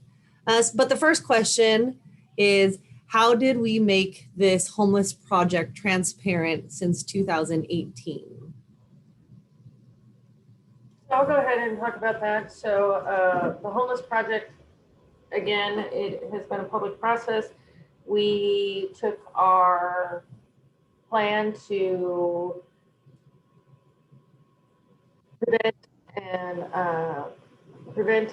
combat homelessness. Sorry, that word evaded me there for a minute. Homelessness to the city council. Then we developed a group of community stakeholders. Every time we receive any grant funds, or we've been working on community projects, we've been doing public outreach and community forums or town hall meetings for those. And that's the process that we'll continue to follow. We can't accept any funds over $1,000 without getting that approved by the city council. And each time we do something like this tonight, we do press releases, we do targeted mailing to the immediate neighborhood around the area where we're working on. We send it out to our community stakeholders. We do post on social media and work with our community partners to help get the word out at their various organizations and other meetings that they go to as well. Kenneth, am I missing anything? Can you think of? We do everything that we can. We post it on the city website, of course. And I know it's discussed at different meetings and such as well. So we do everything that we can just to be as transparent as possible. This is a public process and we want the public to be involved. So we have a good representation of what the needs are of our community as we move forward. All right, the next question, we answered it briefly during the presentation, but why specifically is Arcadia applying for these grants? I don't think we can ignore homelessness anymore. Arcadia is putting in $6 million towards homelessness. The city is spending $75,000 per month in the reactive capacity to homelessness. We see that that's not working. So Arcadia needs to be proactive moving forward. And otherwise the problem, we can't just ignore it and have it go away. And that's what we've learned over the past 5-10 years is it's not getting any better. Nothing's working. So we're seeing more with our community partners about being reactive. Yeah, and again, we're sorry. Again, we're fearful on behalf of the residents that if we don't do anything, the quality of life in this community will go down, and we need to get more proactive in dealing with homelessness to protect the very investments that everybody has in this community. Thank you. If the tiny homes are fully occupied and there are more homeless on the streets in Arcadia, what can the police do? Sorry, can you repeat that question, Ken? Yeah, I'll If take the- that, Sarah. Okay, thank So- you. Sorry. So I think they're conflating two things, right? The police in this community are always going to address crimes that happen in the community, actual crimes. So if somebody is breaking into a house, if somebody, I saw one of the questions earlier, was trespassing by wandering into somebody's yard, absolutely you can call the police. Absolutely, we will address that situation. We can do that whether or not we have enough shelter spaces under the Boise decision. What the Boise decision allows is camping by right if we don't have anywhere else to put them or anything else to offer folks as an option. So if we only have 15 shelter beds physically in the city of Arcadia, and there are no shelter beds available in a reasonably close area, and right now the only real viable shelter beds are in Pasadena or Pomona, and not really anything else between all of that. They tend to be full all the time. We know that El Monte is converting some motels, and hopefully that'll help with some capacity sometime in the future. But to get back to the question, if there's not enough beds and there's not in the Arcadia shelter, or there's not enough beds in the nearby area, we have to allow people a place somewhere in the community to camp for the evening. So the police will not tell people they are prohibited from camping. They will make sure that the person or family has found an appropriate spot. And that's part of that ordinance that Sarah talked about, is you can't just camp anywhere you want to in town. There are better and worse spots that are safe for them, safe for the residents, all of that. So, but we would have to allow them to camp unless we have enough shelter beds. So eventually, as a region, we need to keep standing up more and more shelters to be able to address the number in earnest. But until then, we're going to have to deal with the problem in some way. Have to allow camping in some way. Thank you, Dominic. Will there be more opportunities for community input on this project regarding the mini homes? Sure, if the project moves forward, that is. I don't want to say the project's moving forward because we're still in that kind of gray space. So absolutely, if the project was going to move forward and we deemed it a viable project, then absolutely. So yeah, our intention is if the project gets closer to moving forward, we will have another community forum specifically on the tiny homes. And Absolutely. this is a city, so there's been a lot of questions regarding who gets to approve this, or should we go to a vote of the people, or those kinds of questions. So I'll include that in this conversation. It's absolutely a city council level decision. You vote the city council to make big decisions for you on your behalf every day. The city council wants your input. It's why they're all here tonight, listening and watching all the comments and questions. They will take all the information that they have available to them and make the best decision they can. But the best decisions can be made with heavy public input. So we encourage you, when we have a town hall, show up. When we seek input on it, provide that input. And ultimately, when we have a public meeting and ask the city council to vote one way or another, make sure that you either attend that meeting or send an email or what have you. And, plenty of you emailed us in the last couple of weeks. So I know you have citycouncil@arcadiaca.gov, but if you want your voice to be heard, that's one of the best ways to reach all 5 city council members with one email: citycouncil@arcadiaca.gov. And they read them. I know it because we talk about them all the time. Thank you. What is the duration of the mini homes? If they are here, what is the duration of the mini homes in Arcadia? Maybe it's a pilot program. So once again, I don't have the specifications of the project because there's still some other bigger infrastructure issues that need to be worked out. So possibly a year, maybe. I don't have a specific answer about that yet because it's too far out. Yeah, and one of the questions, Candace, that keeps coming up along with that is, what happens when the money runs out? Even if it's a good idea, what happens when the money runs out? There's enough Measure H money out there that if this is a good idea and it works out and all of that, we should be able to get continued funding. There's no intention of this sort of money running out and then it turns into a general fund cost on the city. I'm telling you that is not our intent. But I will remind you that we're spending the better part of $1 million a year addressing homelessness. So if it ends up being a good idea and it reduces those costs and we're not having to clear out camps on a daily basis and we're not having to have our first responders deal with homeless encampments and people who are in medical crises and mental health crises and the rest of it, there may be value in using general funds to keep the thing going, but I don't think we'll have to because Measure H has more funding available than they have people who are willing to play with them and put up units. So if we have a program that's working, I'm pretty sure that we'll be able to keep the grant funding coming. Okay, the next question is, has the tiny home project or similar projects been implemented in other cities? And do we have any outcomes of those projects or any statistics? Yes, there is success stories in other cities. I'll just go into a quick one. We wouldn't be considering them if there wasn't. As you heard Teresa and Sean talk about housing first, and that bridge housing is a crucial element of the chain of getting somebody off the streets. But we recently toured Redondo Beach. They set up a tiny shelter similar to the space and size of what Arcadia is looking at. If you go down there and visit it, it's completely unassuming. It's in a fenced-in area. They started in December with 15 individuals in the tiny shelter, and since then they've already had 14 out of those 15 moved from the tiny shelter into permanent housing.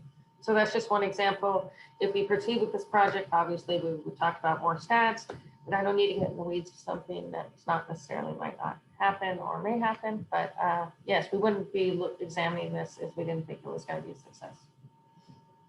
Something to add on to that, if I can, there have been multiple instances where communities have had a lot of concerns about different tiny homes or different types of whether tents or shelters, affordable housing, and consistently the community often has fear a project is implemented and then people actually see a huge improvement in their community. And so I know there's no chat, but there was a really cool article that I read that took place in Sonoma where just that happened, and hundreds of individuals came out opposed to a certain project of having a little village just like this next to a park.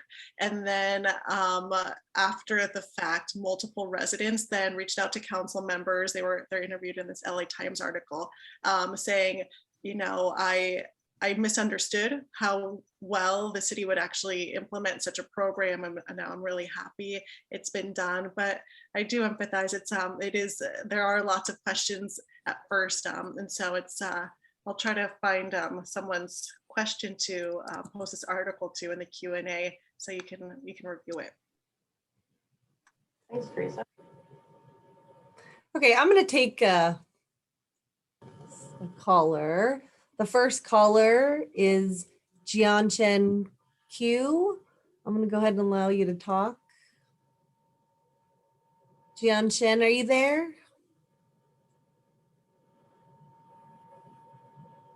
You need to take yourself off mute, Jianchen.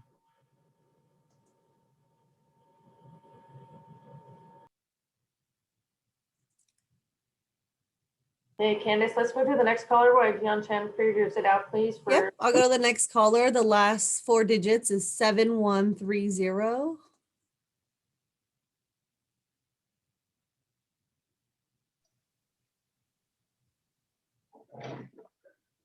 Caller, are you there? Go back to Jianchen since he's unmuted now. Jianchen, please ask her your question. Can you hear me? Yes. Yes, we can. Yes.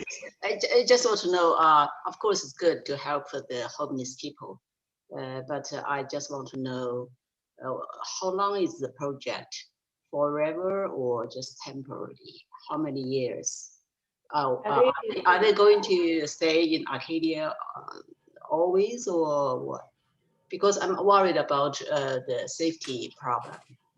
Sure. It's this yes, it's not good for for the inhabitants to live here with these people very close together. I think we answered that already, but I'll just reiterate real quick. The project. I So we have, it would start off as a pilot project and then we would determine the success. But Sarah, you want to talk about, one of the goals is the people are screened before they get into the tiny house shelter. And then there's a period of time they're allowed to stay there where they have to work on getting a more permanent thing. It's not expected, even if this program ended up a couple of years, each of the individual residents only have so long before they need to get into a more permanent situation someplace else. So this is only a bridge type of situation. It's not a permanent situation for them. So it's not a permanent. No, not for the individuals. Yes, I just want to know also these people. So all these homeless people, I mean, now here they have a certain relationship with the inhabitants of Arcadia, or they lived here before. Why are they here? If you build so this tiny houses, and more people will come, there's no law to stop that you cannot come. Then if this happened, what's your measure? So most of the individuals experiencing homelessness have some type of tie to the community, and that's where they choose to stay here. Either they have a family tie, a doctor's office, some type of tie to the community. We talked a little bit earlier about the case management and the coordinated entry system. So if individuals come from outside the area, then the case managers would work within the coordinated entry system to reconnect them back to their home area. So that way everybody's dealing with their own problem and one city doesn't become a magnet for something because they're trying to work with the population within their city. So that's why that's how the coordinated entry system is set up, just for that exact reason.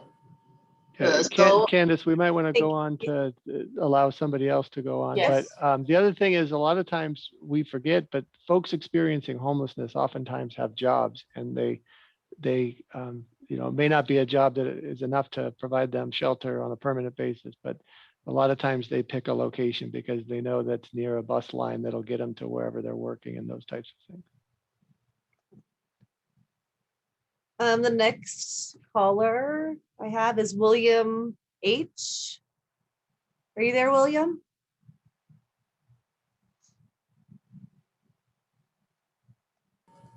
William, you'll need to unmute yourself.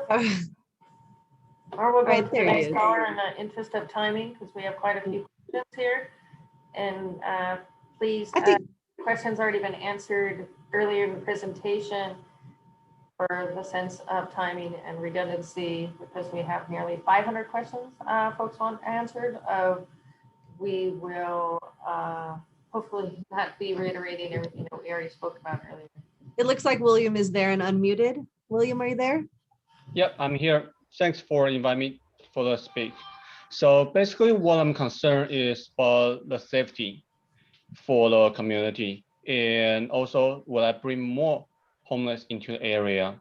That will be the major concern that we have, because we are facing more and more on the street already. And due to the convenience on the traffic of the goal line that bring to us. And if we bring a shelter, will I bring more homeless into the area? Because due to the new house that they can enjoy while we stuck in the old house of 60 or 70 years old. In addition to that is a safety concern. The safety in here is in the city of Arcadia, but some other area in the city that is in the jurisdiction of a Los Angeles Sheriff Department. It's not just Arcadia Police. So that's the concern we have in here. First, safety. Second, will I bring more homeless into the area? Thanks. Thanks, William. We talked about the coordinated entry system once again. So folks will get connected back in, and we also have a coordinated response between our police department and the sheriff's department. And so if, as Dominic mentioned, someone was breaking the law, then that would absolutely be addressed. And I think individuals experiencing more homelessness in a controlled environment with case managers and security would absolutely be more safe to the community than left to their own devices with no help or oversight at all. So I think this tiny shelters would be a safer place for individuals, for the individuals experiencing homelessness and the community. So, And maybe we touched on this Right. a little bit during our presentation, but that, that concern everybody naturally has, that if you build it, everybody's going to come and it's going to be a magnet. Teresa or Sean, can you speak specifically about other facilities throughout the region that may have been built, and did they become magnets? Did the problem get worse? Did it get better? What's the real world example? I mean, people only look to, look at Skid Row, that place is out of control. But what about suburban, shelters that are more similar to a neighborhood that Arcadia would be? Yeah, I think, thank you, Dominic. And as we did cover in the presentation, that fear is just not true. It just doesn't play out that way. We've been operating a shelter right, I don't know, 100 yards from the Gold Line in Pasadena for over 20 years. That has never been the case. And that fear that's common, but a common misperception has never been borne out. Statistically, we know, and I think when folks are asking in the chat, how do we know that these numbers are correct? These are all documented through LAHSA, through the point in time counts. The numbers that Teresa presented are true. Most folks who are homeless in an area are local to that area, a very small percentage of folks maybe from another area, but statistically also what we see is that if someone does come from another area, they typically go back to the area where they originally came from. In terms of safety, I would just, reiterate this idea that, homeless folks are not criminals. They're not violent human beings in any greater numbers than the general population are. The people who are breaking the law the most, committing the most crimes, are people who live in homes. Statistically, homeless people have a higher rate of having violence or crime visited upon them than they being the ones who are actually doing the crime or violence within the community. And the only thing that I would add to that is that we do see that these different forms of temporary housing work if there are resources to place someone into permanent housing afterwards. I have seen a lot of questions that say, okay, well, if someone gets placed in this temporary housing, and then what? Well, then the goal is to help someone then be able to move from temporary housing into permanent housing, and then that frees up another temporary bed for someone. So that also means that part of this whole process is being able to make sure that you're developing more affordable housing, more supportive housing. Many cities are creating supportive housing just for veterans, just for seniors, just for families. And so doing that is really important. And then also it's really important to address why so many individuals are becoming homeless. And so you have to address it at the whole pipeline. And we're seeing that the largest demographic that's becoming homeless in LA County is seniors. And you can see that rents are going up, and but Social Security benefits are not. So you eventually get to a point where someone is spending 90% of their Social Security check on rent. Then they're at 100% of their Social Security check on rent. And then next year, their Social Security check isn't covering their entire rent. And then that in particular is the demographic that is increasing in size due to in regards to homelessness in LA County. So you really have to look at the whole spectrum, look at the people who are becoming homeless. What can the city do to to help those individuals? What resources are available? And then once people are placed into bridge housing, what can we do to make sure that they really benefit from that bridge housing and get placed into that long-term housing, and then keep that pipeline moving? And so there's a lot of moving pieces, a lot of work to do, and it's so great to see so many people with so many questions and involved in this conversation. The next question is from Marv. Marv, are you there? If you can unmute. And then I'll have Lisa Chi on deck. Marv or Lisa? From each caller, just so we know, so because we have so many questions to get to, only one question for each caller, please. So while we're waiting for Marv to ask his question, I will, there was a question I just saw in the chat about the location that's being proposed for the tiny shelter is actually county property. So therefore the county sheriff will be patrolling that area. And technically Peck Park right now is county land and county patrolled. But one of the things that we would be negotiating with the county, the street, Peck Road right there is City of Arcadia. We patrol that neighborhood all the time. So one of the things we would be negotiating with the county if we end up putting the site there is our police officers' ability to respond to that facility if needed. The City of Arcadia is going to be responsible for operating the facility. So we'd like our police officers who we have, up to speed on homeless issues and the Arcadia way of life responding to that area versus the county, which does a great job, but not as good a job as the City of Arcadia. Marv, are you there? I think he's still on mute. So I'll go ahead and go to a question while we wait for Marv. And then after Marv, there's Susan B. Another question. Dominic, there's a lot of misconceptions regarding selling par 3 golf course for homeless housing. Do you mind clarifying that a little bit? Sure. So the city council is considering selling a portion of the par 3 golf course. When the Citizens Financial Advisory Committee did its job a couple of years ago, one of their recommendations was to investigate possibly selling off a portion of the golf course in order to generate funds to quickly pay down the pension debt that the city has.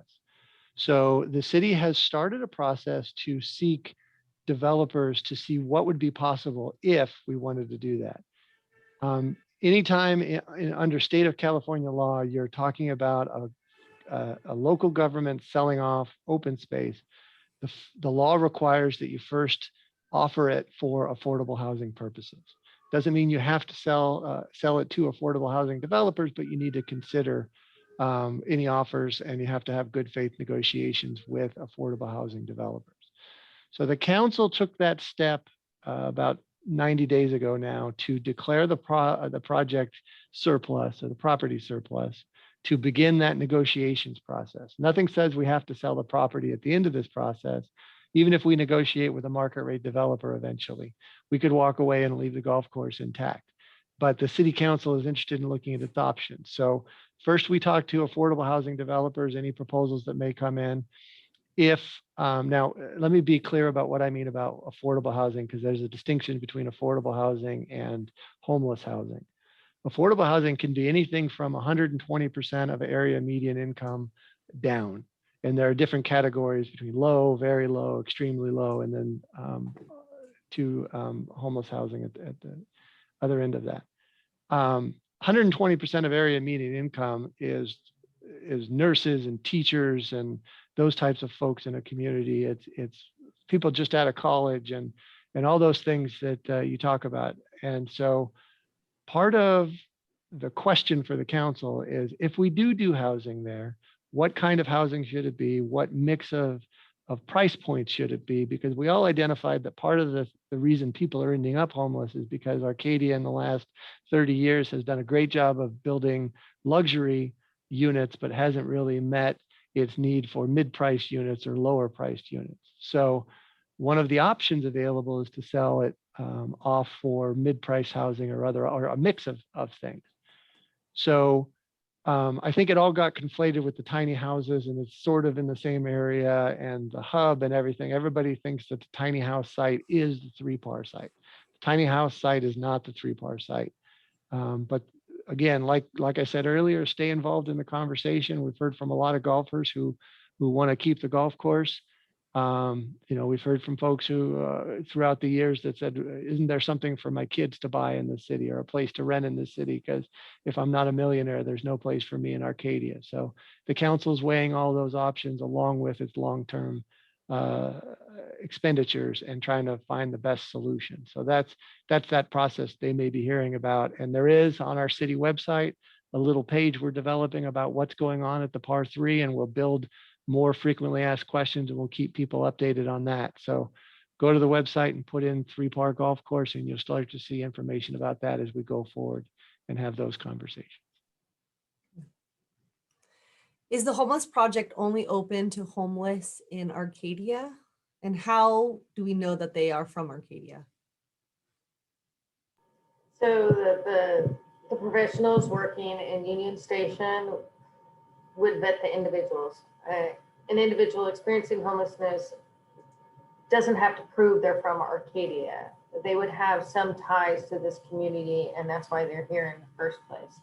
So they would work with the individuals, like we said, at Homeless Resource Hub, we currently have 27 current active people that are ready to move into some type of bridge housing. That would be determined by the professionals who do that work with the individuals experiencing homelessness, who is eligible to move in this type of housing. So, hope that helps. If there's a homeless near someone's house or on the corner, should they call the police or what should they do? Homelessness is not a crime. So if they're on your personal property, then yes, you can call the police. But if they're near your house or on the corner, then you can use the portal that we went through earlier to notify the outreach teams that there's an individual that might need help. And we always say, if you feel uncomfortable, do not hesitate to call the police. We will come out and look, and if you think something inappropriate is happening, our police officers will respond to the area, and they will work with whoever they interact with the same level of compassion and all of that. But as Sarah said, just to reiterate, being homeless in and of itself is not a crime. But that doesn't mean we will ignore crime when it happens. And if somebody's trespassing, we will make sure that they are removed from your property and they go back into the public right away where they should. What is Arcadia doing to mitigate the increase of homelessness? Just about everything we can. Everything we possibly can. We're reactive to homelessness. We're being proactive to homelessness. We're chasing every grant that we can. We're working with multiple service providers and doing as much outreach as we can. Just trying to do everything that we can. But as Teresa mentioned, more people are falling into homelessness that we're getting out of homelessness. So there's that every day, regardless of no matter how hard we work, we're not winning this battle. Yeah, we need to build momentum. Again, we did nothing for a very long time, and we need, just as a county and as a society, but especially in Arcadia. And if you look at our homeless plan, and if you look at the grants we've received in the last year, we have a bucket of money to prevent homelessness in the first place, to keep people in the houses that they have so they don't fall into homelessness. We have a bucket of money for those folks that kind of may just be temporarily experiencing homelessness and to get them quickly and expediently back into a home situation. And then we have things that will address more chronic homelessness issues, and then the coordinated entry system, and all of that is building up resources to be able to address those. Whatever your individual needs might be as a person experiencing homelessness, there will be more services available every month as we go along. But the biggest thing we fight is, this is a great idea, but it's not a great idea to have it right here. You should have it someplace else. Some other city should take the burden. Some other area of the county should take the burden. And that sort of thinking has led us to these numbers everywhere that have just gotten bigger. So as time goes by, we believe that we need to do more directly to address the problem, because the problem is growing in Arcadia. We used to pretend it was an Arcadia problem, but it is an Arcadia problem. And Arcadia has a history of addressing problems head on, and that's what as the head of the staff, I'm trying to do and present options for the city council to consider. Why did Arcadia partner up with South Pasadena for the homeless plan? Okay, good on you. So Arcadia didn't partner up with South Pasadena for the homeless plan. We did our own homeless plan, but per the county's restrictions or protocols, they needed a minimum of 25 individuals experiencing homelessness to start getting funds for that case manager and those hotel vouchers and the rapid rehousing.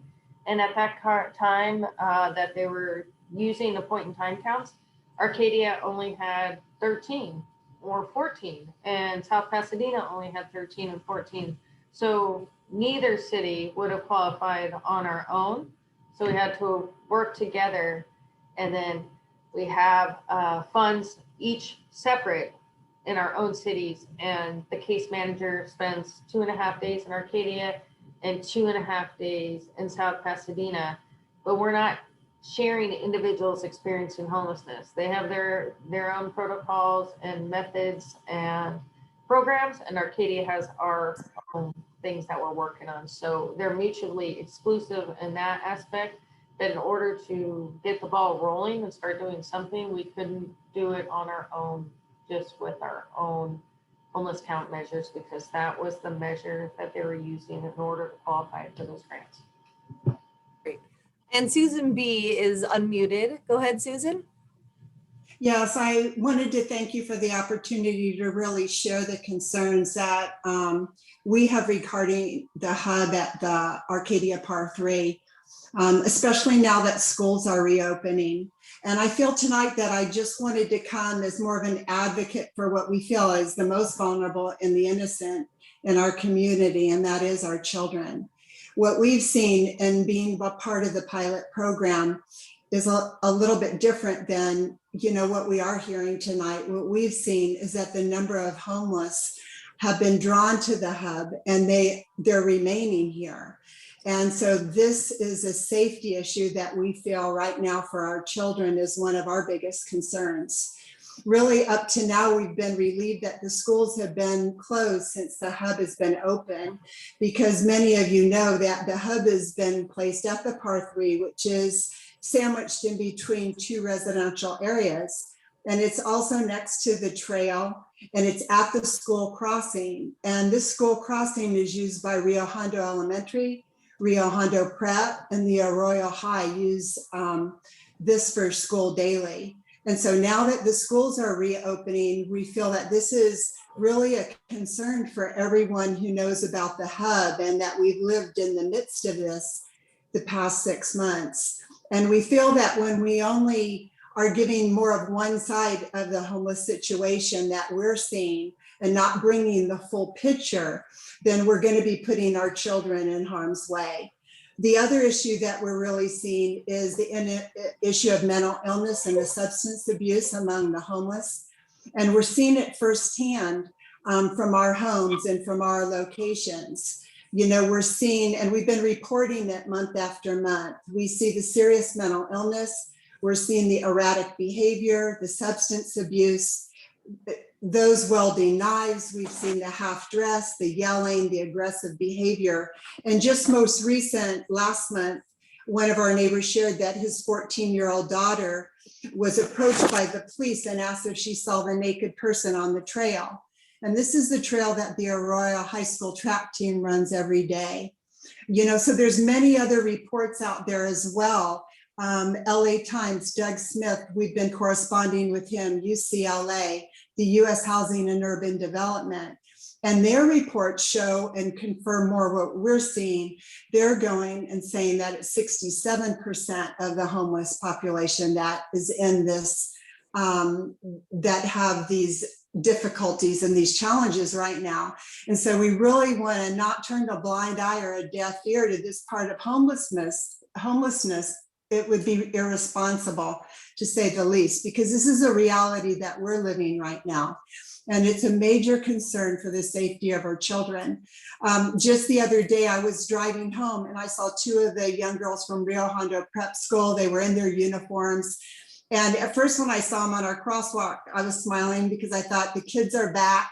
But instantly I had this knot in my stomach because each night I also walk around the school and I see the signs that say help keep everyone safe. Susan, I'm And so sorry.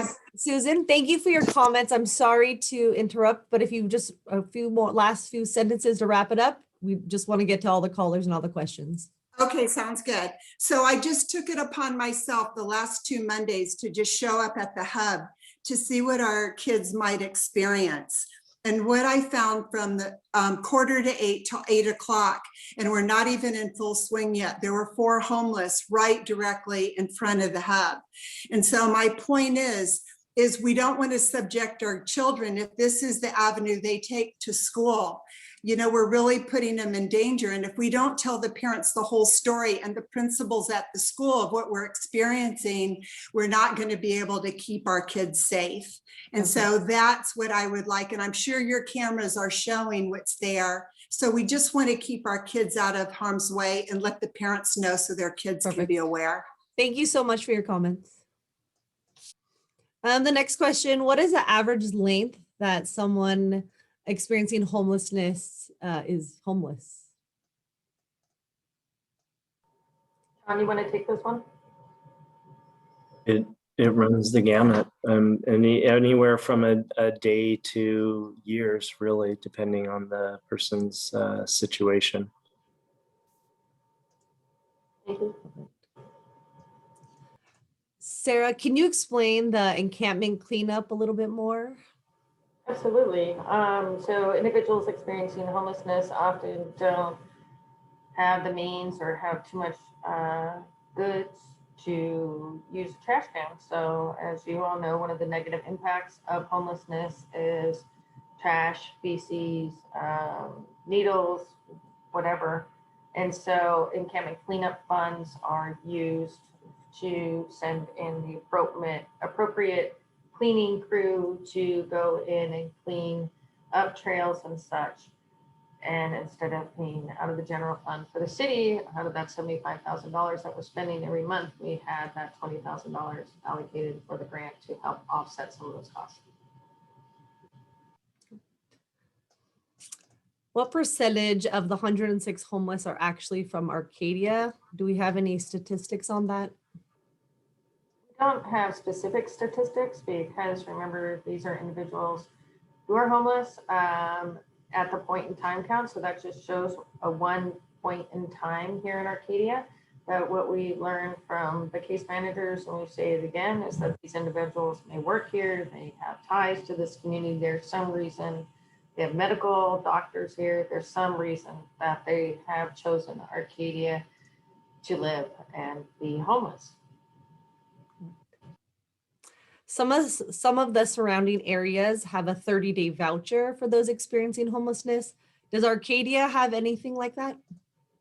We do have motel vouchers, and I talked a little bit about that during the presentation, but unfortunately there was no motels or hotels in the area that would accept those vouchers, and there was very few hotels, even in the San Gabriel Valley, that would accept those vouchers. So it was very hard to use those funds, even though we had them, to place folks into motels or hotels using those vouchers. Just like Teresa was saying, there's not enough rentals, there's not enough Section 8 housing, there's not enough motels taking those vouchers. So that's part of that gap in the housing process to get folks off the streets and placed somewhere. But if you did put someone in a motel and 30 days was up, would they go out on the street again, or would we be able to continue them in a motel? I mean, everything's speculation here. There's it's not like a one and done process. It's a very complicated and just complicated situation. So it just depends on the individual and their surrounding circumstances. They might go into a hotel and they might go into an assisted living facility. They might go into a hotel and they might go into a treatment center. That's another one of those bridge housing systems to try to just first and foremost get somebody off the street. So it really just depends on what's available and what their circumstances is. So there's not like a one size fits all stamp to this problem. It's really complex and complicated. So I wish I had a feasible answer for all these questions, but a lot of them are just speculation because there's so many variables with individuals experiencing homelessness. And you can imagine, even within your own family, all the different scenarios with everyone's different jobs and mental health and needs. Everyone experiencing homelessness has those same kind of variables within their own personal life. So it's impossible to say. If an individual is attacked by someone experiencing homelessness, who's going to be liable for their security and their well-being?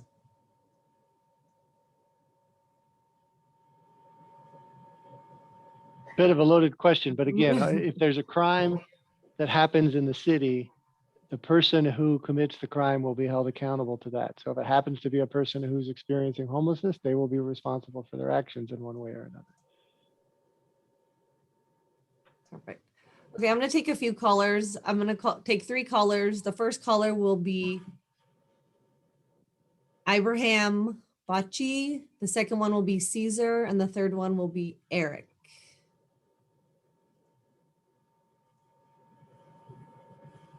If any of you guys can unmute.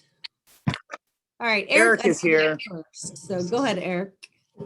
So I wrote a question, but really the topics of all these responses bring about so many more questions. To introduce myself, I'm a resident on the corner of Freer and Hoodart, roughly. So I'm very close to the hub. I walk the trail. I've been in this neighborhood for 8 years. I do have a 3-year-old daughter. But I'm also, I volunteer for the LA County Department of DPSS. I currently sit as the vice chair of the Community Action Board for DPSS. Our commission, our board for DPSS allocates the annual federal funding for the Community Services Block Grant. So Community Services Block Grant, CSBG funding, is federally provided money that comes in. It's to support self-sufficiency programs, get people out of poverty. So I'm in touch with this. Actually, I just hosted and held the public hearing for the first district earlier today at 1 o'clock. And going back to a couple of the points that have been made here, this coordinated response, I want to make sure that everybody understands that a coordinated response means there's no one owner of this project. Correct? You're expecting multiple agencies all to participate, right? But there's really not one designated owner of this project, correct? It's a coordinated response amongst agencies. No, I think you're talking about 2 different things. If this, specifically the tiny house project, goes forward, the city of Arcadia will be responsible for the operation of the tiny home project site. We may work with various agencies to provide the on-site security, the case manager, et cetera, et cetera, et cetera. But ultimately, who will be responsible for its success or failure will be the city of Arcadia and its staff members. When you talk about coordinated response, we were talking about the coordinated entry system, which is the countywide system of all the quasi-governmental agencies, the governmental agencies, the service providers that work in the area of homelessness. Essentially, correct? I'm sorry, I was still talking. I didn't hear the first part of your question. The 211 resources, is that the? Those and more, yeah. Okay. Right. So interestingly enough, today in the public hearing, there was an overwhelming response from, we have currently 42 agency partners in LA County that are receiving this community service block grant fund money. And I'll have to go back and double check because we do have YWCA and we have Union Station Shelter, which I believe is the one you're referring to in Pasadena. And if it is, I believe Union Station Shelter has 12 beds. And so we're comparing apples to oranges here, right? If we're talking Eric, I hate to cut you off, Eric. Excuse me, Eric, I hate to cut you off. There's just a lot of different comments that we want to get through in questions. So thank you so much for your comments. And so when will be the follow-up that we really get to flesh out the public hearing and allow people to speak so that we're not suppressing the opinions of the public based on time limitations of your council meeting. Perfect. We'll go ahead and answer that last question for you. I'll Thank answer it.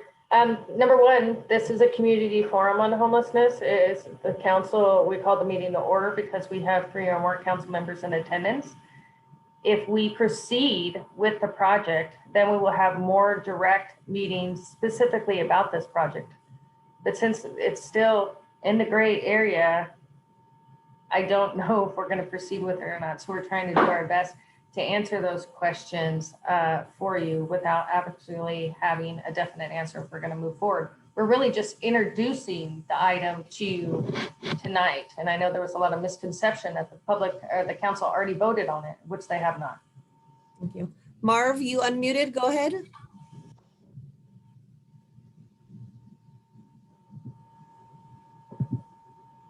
Okay, Caesar, unfortunately, it says that you're using an older version of Zoom, so you are not able to speak. If you want to call back on the phone or type in the Q&A, then we'll go ahead and read your comments. Thank you. Okay, we'll go back to the questions. How does this proposed project benefit the community? I think in a number of ways. Number one, individuals experiencing homelessness could no longer be homeless. And number two, I think there'd be some of those negative impacts of homelessness would be reduced if folks were in a situation where they were connected to the services and necessities they need to be safe and healthy and be rehoused. Yeah. I think right now we are spending a lot of money addressing the impacts of homelessness. That if we could get people off of the streets in the city of Arcadia, that will be a positive for the residents, it'll be a positive for the businesses, and it'll be a positive for those folks that are currently sleeping on our streets.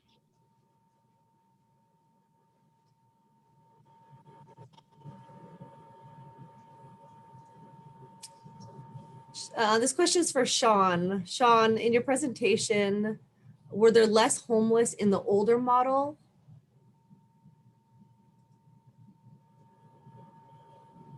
Homelessness has grown over the years, so there were fewer numbers, but those numbers were growing and not being addressed. I think the reason we have more numbers today doesn't have anything to do with the model. This is a macroeconomic issue that we're looking at here. The reasons are myriad. The systemic failures are profound. The idea that, as Teresa said, 207 people are being helped out of homelessness every day, but 227 every day are falling newly into homelessness. These are unprecedented numbers that have much more to do with the landscape, the wealth gap, the lack of resources, and the lack of housing than the models that we've toiled under. I will just repeat again that the current models that we're working at have produced results unlike anything we've seen in the history of homeless services, but we cannot stem the tide of folks falling newly into homelessness on a daily basis, the majority of which are our brothers, sisters, parents, grandparents, people who are not drug addicted or making bad choices. People who are not suffering from serious and persistent mental illness. These are our neighbors. These are actually people that we grew up with. These are the folks that we're talking about. I know there's a lot of focus on people with substance use disorders and mental illness, and truly those are the folks who are the most visible, but they make up a very small percentage of the people who are experiencing homelessness. And that's really who we're talking about here. The majority of people need to be helped off the street and into homes. What is the annual budget that the city of Arcadia will set aside to clean up streets within the homeless community? So we already have a street sweeping schedule, and if we notice that there's anything else, then we'll work towards a solution and examine why that is. but the homeless proposed tiny shelter village isn't near a street, so it's close to a street, but there will be the necessary trash enclosures within the fenced-in area where the tiny shelter would be. So I don't anticipate that being an issue. Yeah. And just the sites we visited, Redondo Beach, you know, a number of us went to Redondo Beach a couple weeks ago. I drove by North Hollywood. I've seen photos of what's happening in the Inland Empire, and every one of those, trash is not a problem within the facility or in the area immediately surrounding it. What I will tell you is you go anywhere in this community where there are encampments, and trash is a very significant problem, and that's part of that. People ask where the $900,000 a year expenditure comes from. It's because we're cleaning up encampments all over this town every day. It looks like homeless problems are due to people losing their jobs. Why don't we just pay homeless individuals to live instead of these projects? I think, Sarah, you could talk a little bit about the job training project that we do at the Homeless Resource Hub on Thursdays. Well, first of all, we can't just pay folks because, as I mentioned before, these are grants. And so they have we're not in control of how the grants are dictated, and we're just eligible if we want to apply for the different grants, but we don't make the parameters of that grant to say, hey, I'm going to apply for a grant, and the grant is going to pay each individual experiencing homelessness $2,000 a month. That's not the way the grants are written. So I can't just apply for grant funds and then use them any way I see fit. And we are working with individuals at the Homeless Resource Hub to do job training and placement. That's one of the other projects that we just started up about a few weeks ago. And one of the individuals who was a participant at the Homeless Resource Hub is actually a trainer model. So one individual from there already has a job. Teresa, this next question is for you. You mentioned in your presentation that California is increasing their homeless population more than other states. Do you know why that is? Housing costs. Yes, sir. My computer's having a hard time unmuting. Yes, it's due to exactly what Sarah mentioned. We have by far the highest housing costs in California. And so we're able to see other states are having the exact same problems that California is having, but we're having them at much greater scale. And that's because of rising housing costs. So I'm sure every single person on this Zoom can attest that housing costs are skyrocketing, whether it's the cost to purchase a home or the cost to rent a home. And so we all know that firsthand, and so that fact is undeniable. And so as you can imagine, as mortgage costs, rent costs continue to skyrocket in California, the area is extremely desirable. And then we see more businesses coming to the area, especially tech in the Bay Area is kind of where this housing boom really started. And then as tech came to Silicon Beach here in Venice and Santa Monica, we started to see that same ripple effect throughout LA County. And then as California, LA County, the Bay Area have become less affordable. Tesla, other jobs have been going to areas like Dallas, other parts of the country. And then we see the exact same ripple effect in the rise of housing costs. And then a subsequent increase in homelessness in those exact same areas. With only 106 homeless people in Arcadia, that percentage is very low in San Gabriel Valley. Why choose Arcadia versus other cities? I make the assumption we're talking about probably the mini homes.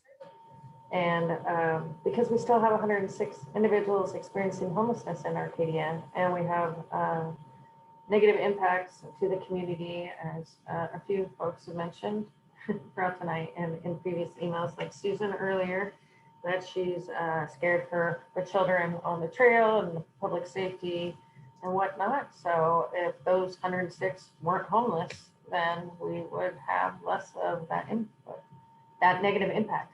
We're with the community. We don't want individuals to be homeless in Arcadia either, but we can't just ignore the problem or hope they just decide to go away by not offering solutions. We have to be proactive and do something, because we've seen for the last decade that doing nothing is continuing to make the problem worse here.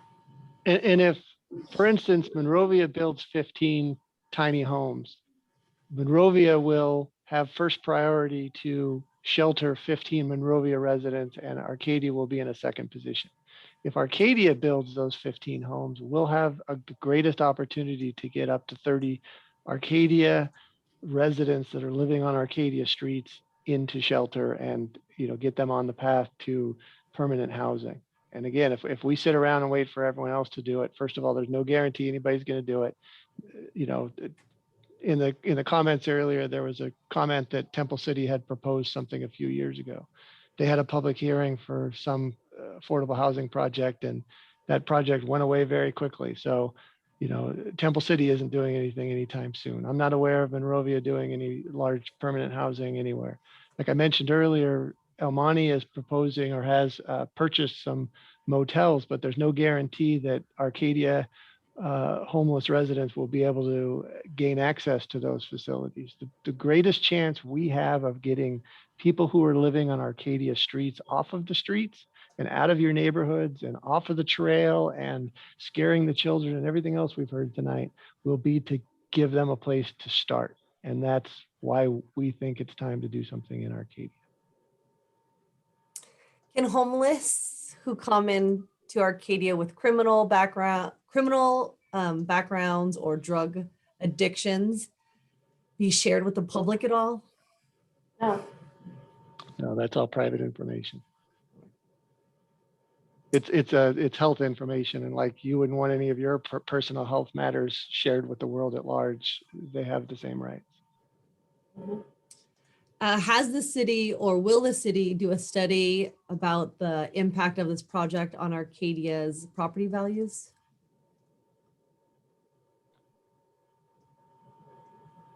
So we will, everybody's not rushing to the microphone on that one, but we will absolutely keep an eye on it. We track it. We know that the neighborhood, it's not even an Arcadia neighborhood, but we care about it. The reason we put the homeless hub where it was is because the largest number of homeless population in town was down there by the Par 3 golf course and Peck Park. And we felt bad on behalf of those county unincorporated residents that they were already dealing with people wandering in the neighborhood, that they were dealing with graffiti, that they were dealing with people in different states of, as we heard tonight, undress and all of that.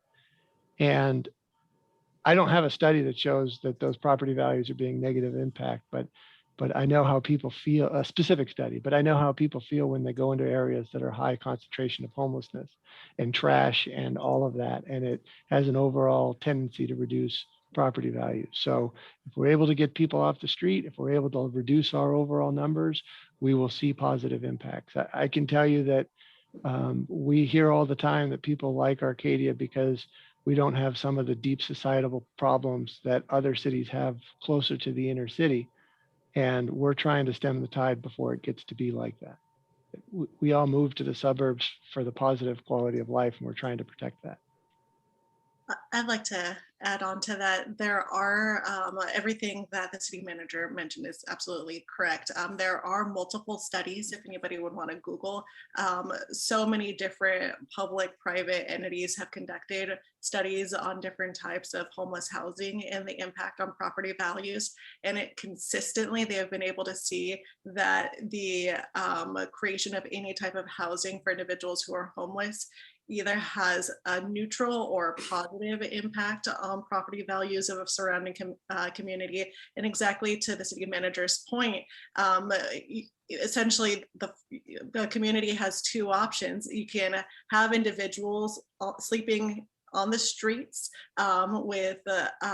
without case management and without support, or you can have folks living in housing with that type of support. And then I wanted to also comment something the city manager touched on a couple of questions ago about what other cities are doing. And every single city in the whole state of California has to do something to address affordable housing and to address homelessness. And if a city doesn't choose to address it on their own, there is the possibility that the state can come in and make land use decisions for a city. And so it really is in the best interest of individual community members to make that decision in coordination with the city, because that is something that a lot of individuals had concerns about with Project Room Key, because the county had the legal authority to override a city. And so before we get to that area where the county or where the state comes in and starts making zoning choices for the city of Arcadia, it is best that the city of Arcadia do that in coordination with the council, with the residents. How do you qualify to be in the mini homes if you are experiencing homelessness? Once again, the case managers would make that determination. And if the tiny homes are fully occupied, can the homeless stay on the streets in Arcadia? Yes, because we're only potentially, we're only proposing to build about 15 to 20 tiny shelters, and our homeless count is higher than that. So we would need to have over 100 tiny shelters in order to mitigate the issue of being able to enforce the issue of having no camping on the streets. Actually, Sarah, just small point of clarification is there's a Thank you. judge that's overseeing some court cases that says, because not everybody is really able to get off of the street or interested, as Sean says, the vast majority of people want to be in a house, but there are some people who will deny options provided to them. That the judge has indicated that if we get somewhere to 60 to 70% of our number, we would be able to more fully enforce our ordinance. Ideally, we'd have more units available than people on the street, so we can guarantee that everybody is off the street, but we could start enforcing our original no camping ordinances a little better if we got even to that 60% level. Learn something. Sarah, I think you can answer this question. How many tiny homes does San Gabriel Valley plan to have? Just as the city of Arcadia is still in the exploration phase, so are the other cities that are examining it. I think that the intent is to build between 5 and 15 or 15 and 20 tiny homes in 5 cities in the San Gabriel Valley. So I am not currently up to date on where the other cities are in their process. Sarah, you mentioned that the city spends $75,000 a month to be reactive on homelessness. If you could just reiterate again what that $75,000 includes. Sure, that's in a reactive capacity. So that's in camping cleanups.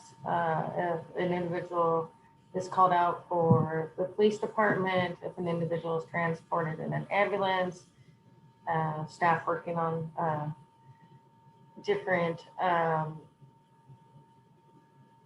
camping cleanups and answering different phone calls and emails regarding individuals experiencing homelessness, that type of thing. So, And there's a few questions regarding homelessness in other cities, but I am going to dismiss those questions because specifically this forum is regarding homelessness in Arcadia.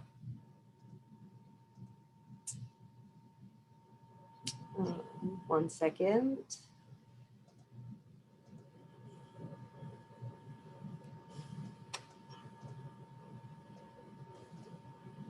Is there data on the change in homeless population in areas where this housing has been placed? I'm going to speak up really quick. The housing has not been placed there. It's just different potential location.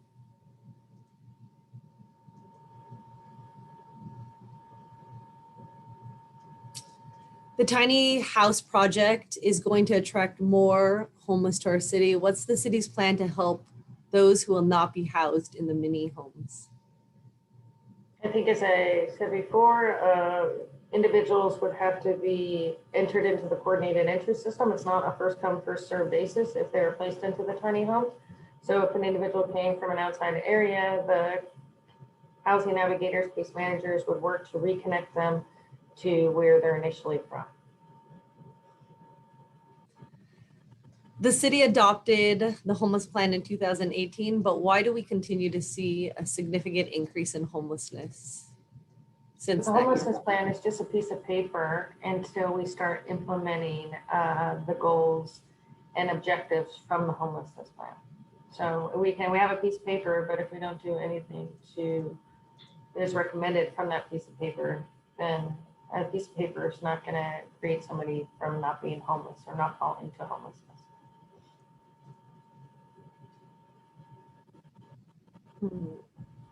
One second.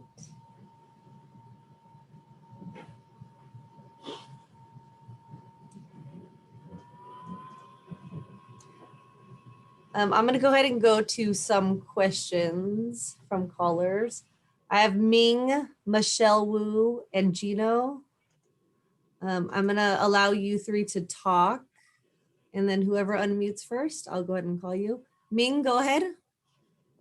Hi, thank you for giving me this opportunity. I was the first one to start to wait in the meeting. We moved to Arcadia 1999, lived in the same house. 2 sons graduated from Arcadia high schools. Okay, I'm a registered nurse educator. I got 2 master's degrees from this country alone. Anyways, our concern, not myself, our concern is this neighborhood's safety. Okay, this homeless shelter, the housing is so close to our neighborhood. We heard that horrific event that happened in Riverside. A 64-year-old lady, Asian lady, was walking her dog like a 7-ish in the morning, and she got killed by a homeless lady, a 36-year-old from some Monterey Park or whatever. So Arcadia, we go to Arcadia Park every day to walk our dog. We see the homeless people getting more and more. If we are building this housing for these homeless people, and the neighbor cities like Temple City, Monrovia, Duarte, all these neighbor cities, if they're not doing anything, of course nearby homeless people will be here. And whatever you guys are saying is just not convincing. It is not convincing. Another thing I want to make it clear. Our mayor, Mr. Tai, he organized 6 WeChat groups and asking people's opinion, like talking about neighborhood event. So I asked him to invite me, so he did. And so many of us expressed great concerns about this project. And he did not want to hear it. He kicked me and several others out of the group. He is a dictator. He wants to be the only one that he can tell people what to do. Okay, thank you for your comments, Ming. All right, I'm going to take the next caller. Michelle, your version is old also, so you are not, it won't allow you to unmute. Ibrahim, Gino, go ahead. Yeah. Thank you. I'm Gino Roncelli. I've been a resident of Arcadia over 50 years. Also have a business in town. The biggest question I have a lot of questions, but number one would be, do we really know for sure exactly what causes homelessness? That's number one. Let's find out, is it from mental illness or whatever? If it is mental illness, we can't help them by building a little house down there. If it's drugs or stuff, we've got to get those people to some kind of other place.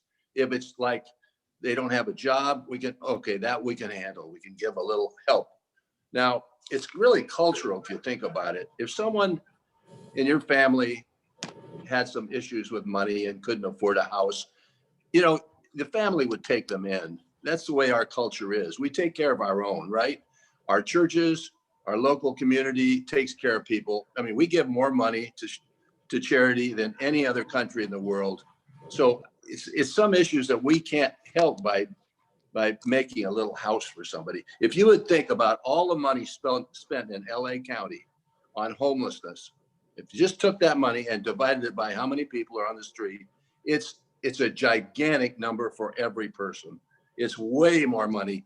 I think by throwing money at the problem, that is not the answer. We've got to find out what the basic problem is and attack that, get the state to change their rules. And we can't have people wandering through our neighborhoods. It's absolutely ridiculous. So, and I'm wondering about the counts that we've made. You know, what date was that count made? And was all the other cities in the county counting the same day? Because I think you could cross the line from Monrovia to Arcadia and nobody knows. And tomorrow you're in Monrovia, but you've been counted in Arcadia. Gino? Yeah. Oh, go ahead. Gino, You know, thank you for your everybody comments. counts on the same day. Okay. And All they're right. to help mitigate Thank that you. issue. And I agree that it's a hard question to answer on what causes homelessness. There's a million reasons. But we've got to know the answer before we keep throwing money. We don't know the answer yet. Please. Yeah. Thank you for your comments, Gino. Abraham, are you there? If not, I'll go ahead and lower your hand. Another question, how are we paying for the services at Par 3 golf course? I believe, Sarah, you already addressed that. It's all with all of the grant funds. Yes.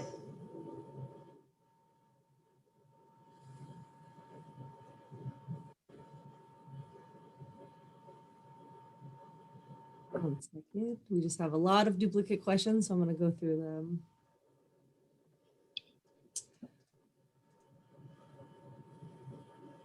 This individual would like to see housing provided jointly with LA County or possibly at the LA County Arcadia Park where a lot of homeless individuals live.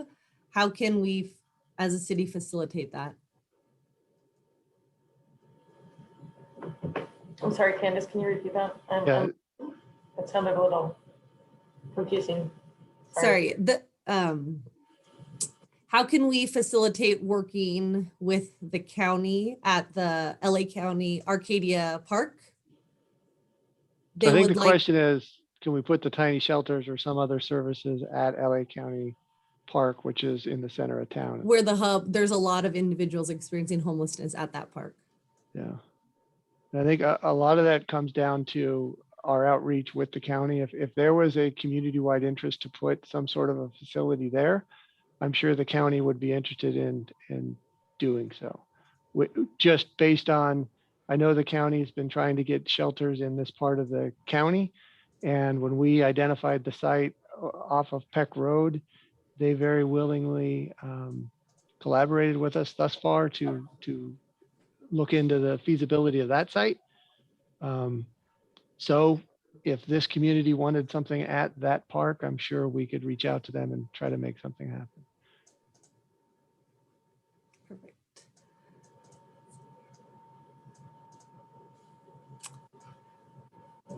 How are we going to prevent Arcadia from being the next Skid Row or the next very highly populated area of homelessness? I think once again, with the coordinated entry system and the case managers just redirecting folks who are not from this area back to their home area, that will help mitigate that issue.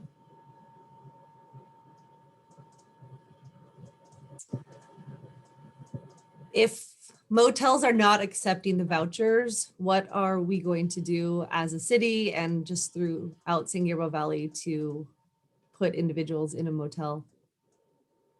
I can only speak for what Arcadia is going to do once again, because I come only in charge of the grants that Arcadia applies for.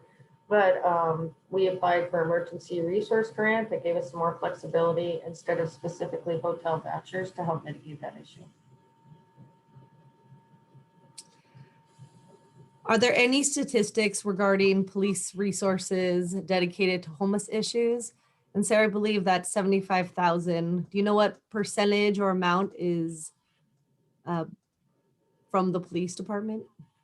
I would have to get your email address. If perhaps Candace, you could say that question for me, and I can email you specific information because I have it broken down by department, but it is an anonymous attendee. So if that anonymous attendee once they email me, I'll be happy to share the specifics on the police. Why don't we just promise? I think people would be generally interested in that. We've had a couple questions on how we get to 75,000. So we do a monthly report. Every department turns in a report of how much time and what they've spent on homelessness. So we've been tracking that for at least a year at this point, or the better part of a year at this point. So if we can put some of those reports online so people can see those. Sure, We'll put them I'll put that up under homelessness. On the homelessness page, yeah. Absolutely. Since this project is so controversial, would Arcadia be willing to place it on a ballot? I think Dominic already answered this one as well. The city was elected, and so can you rephrase that as you did earlier, Dominic? Yeah, it's a city council level decision. If for some reason the city council wanted to put it towards a vote, the city council could make that choice. But this normally is a city council level decision. Where will this homeless, if we do have the homeless mini homes, where will it be re-advertised for individuals to know about? To live in the tiny homes or to do public outreach for the tiny homes? I think both. It's very a general question. Okay, so if they're going to live in the tiny homes, it won't be advertised or open to the public again. That will be through the case managers, which will be placing individuals who have the right acuity score into the tiny homes. And if we do additional public outreach, we'll do general mailing to the immediate neighborhood around the tiny homes. We'll put the information on the website. We'll do social media posts, press releases, and any other information ways that we can get the word out. We'll do everything we can to let residents know if we're having another meeting specifically about the tiny homes. And that's something we haven't really, sorry, Candace, for interrupting, but that's one of the things we haven't really focused on regarding the fear that people have of the tiny homes being a magnet. There is no value to lining up outside the tiny homes or sleeping next to the tiny homes, because the only way you're going to gain access is if you're part of the system in general. You're working with our case manager and there's a space available, and again, they need to be pre-screened. So proximity is not a value to getting into the tiny home. So that further reduces the chance of it being, unlike, again, some of the history people have with shelters are they're dropping shelters at the local mission, they're dropping shelters in downtown areas where people queue up all day, and that's not what this would be allowed to be.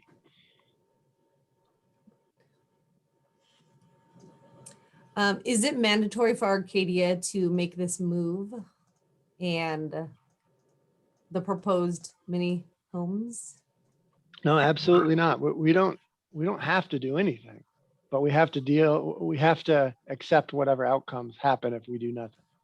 So if we continue to turn a blind eye to the problem and we continue to try to hope somebody else will take care of this, we have to expect that the number is going to keep climbing and the negative impacts are going to keep climbing, and crime's going to continue to be a problem, and those types of things. So, but we can absolutely walk away and not address homelessness in a proactive way, but everybody's still going to be on the street tomorrow. So we'll still have the trash. We'll still have the complaints from the neighbors. We'll still have medical emergencies. We'll still have other things that we're dealing with because we're not being proactive with the problem. Are residents near the proposed homeless housing in Arcadia in favor of having them placed there? And is there a specific threshold of support needed from those residents? I think it would depend on who you ask, if there's in support or not in support. That's a personal decision. And no, it does not have to be a majority of the residents. Dominic already covered that. Can any Arcadia resident use the washer and dryers, get tested, get the vaccinations and job training at the Homeless Resource Hub on Thursdays? Sure. What collaboration does the city of Arcadia have with local churches or other volunteer organizations to help homeless individuals? The more coordinated response that we have to homelessness, the better. So we continue to work with different entities all the time based on how we are addressing homelessness in a proactive approach. So.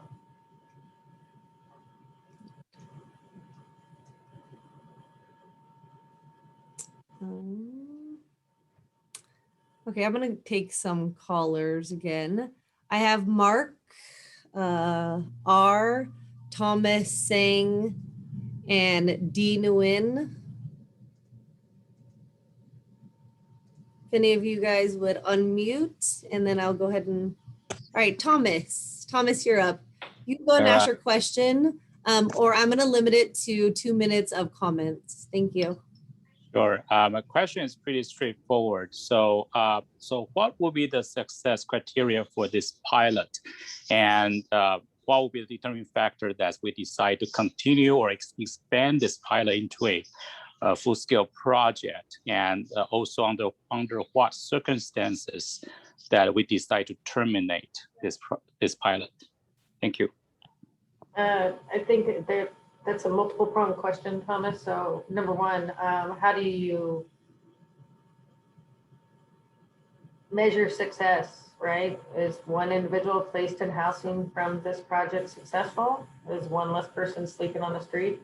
Is that considered a success? I think that we're gonna have to define what a success is before I can specifically answer that question. Well, I'll take that, Sarah. Of course, it would be number of people who are able to get into more permanent housing situations.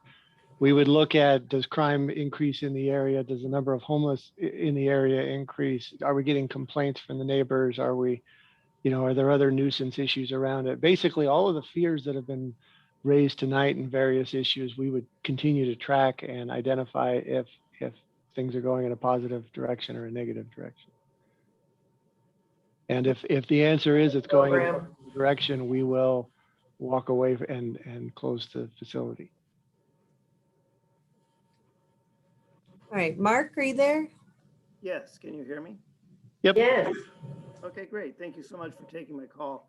I'm just going to actually just read my last question over here. First of all, I participated with the Economic Roundtable in studying the basic question. As a matter of fact, you had it on one of your slides. Who is it that? Mark, I hate to interrupt you, but can you speak a little bit louder? I can barely hear you. I'm not sure about the other panelists too.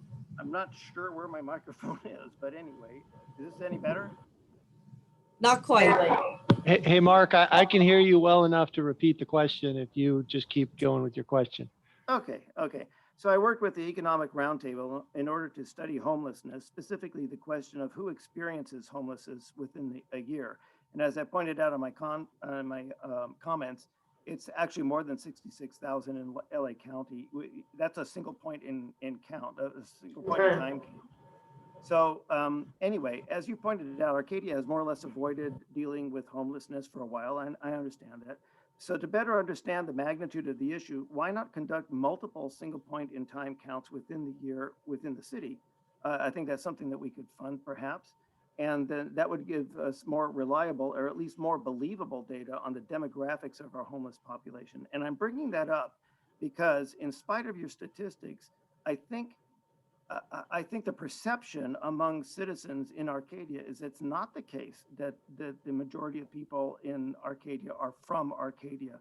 I believe the Gold Line is bringing people in from other cities. And I think just addressing the 106 people that are identified as Arcadia residents as homeless is not exactly going to cover the entire problem that we have over here. So the issue is, can we organize multiple single point in time counts within the county, within the city of Arcadia to better understand the demographics of homelessness in Arcadia? Yeah, so the question, in case people couldn't hear it, was why do just one point in time count annually? Could we do multiple So we have kind of a running number because it might fluctuate throughout the year. And my answer to that is we've talked about that. We've seen some other cities get real deep level data on their homeless population. We've been tracking with our case manager, as we've had one on site, to who the homeless are in town, and they tend to be a fairly stable population. But a repeated effort count throughout the year is something we've talked about, but we haven't implemented at this point, but it's a good suggestion. Thank you very much. All right, go ahead, Dee Nguyen. You can ask your question. Yeah, so I had a question. You mentioned that this is the 1 year or so pilot programs. So let's say if the program becomes successful, would you be expanding this program to add more tiny homes, or just this one particular location, or you're going to have multiple locations throughout the cities? Well, if it's successful and it's a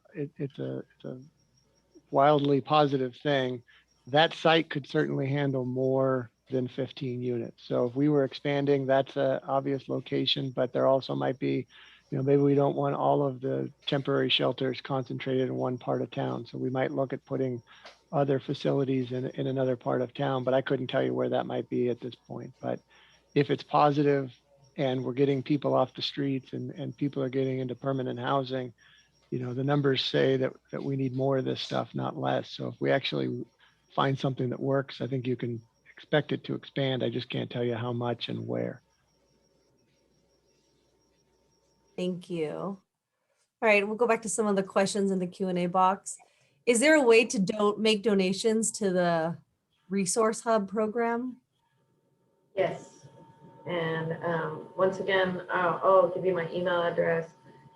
It's SSOMOGYI. It's my first letter of my first name, my last name, at arcadiaca.gov.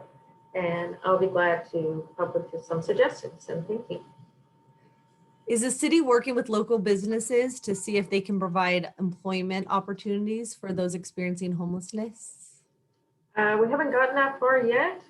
We just started partnering with the, Foothill Workforce Investment Board. And so they are doing that door knocking and that type of outreach with the businesses. That's why we're coordinating with them for that.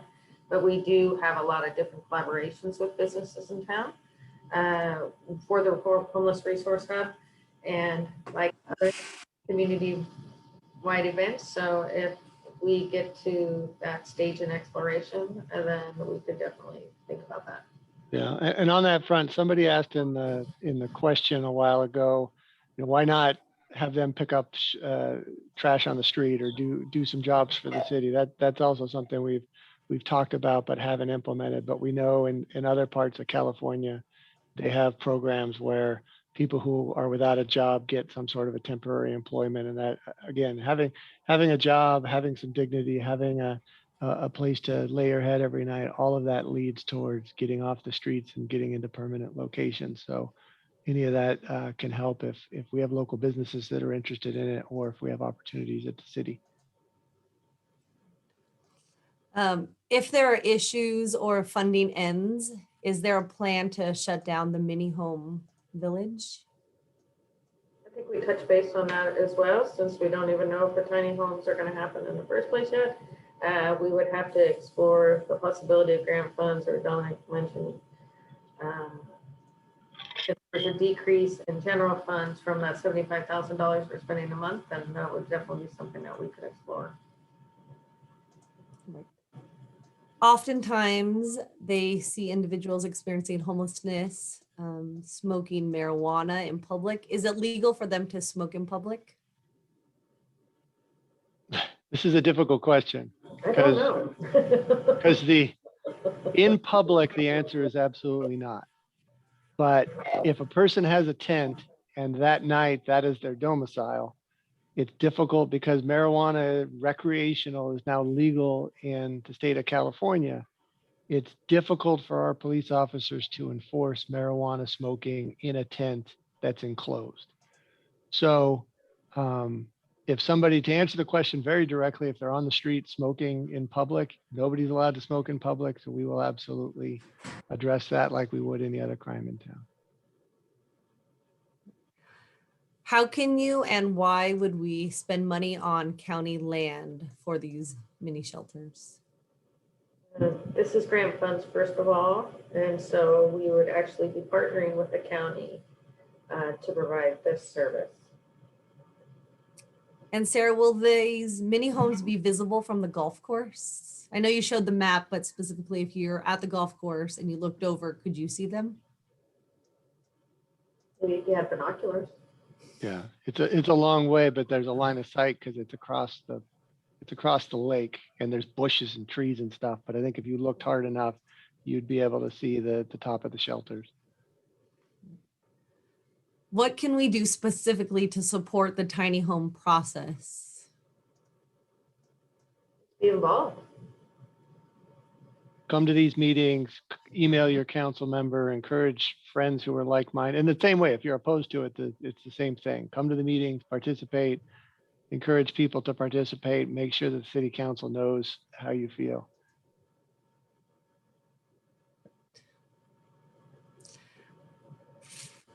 Why wasn't this notification of this meeting put out on the hot sheet that was sent out to the community? Yeah, I'll take that. The timing of the hot sheet was just that it didn't line up. The hot sheet is our water bill insert, and the water bills go out every other month to half the city.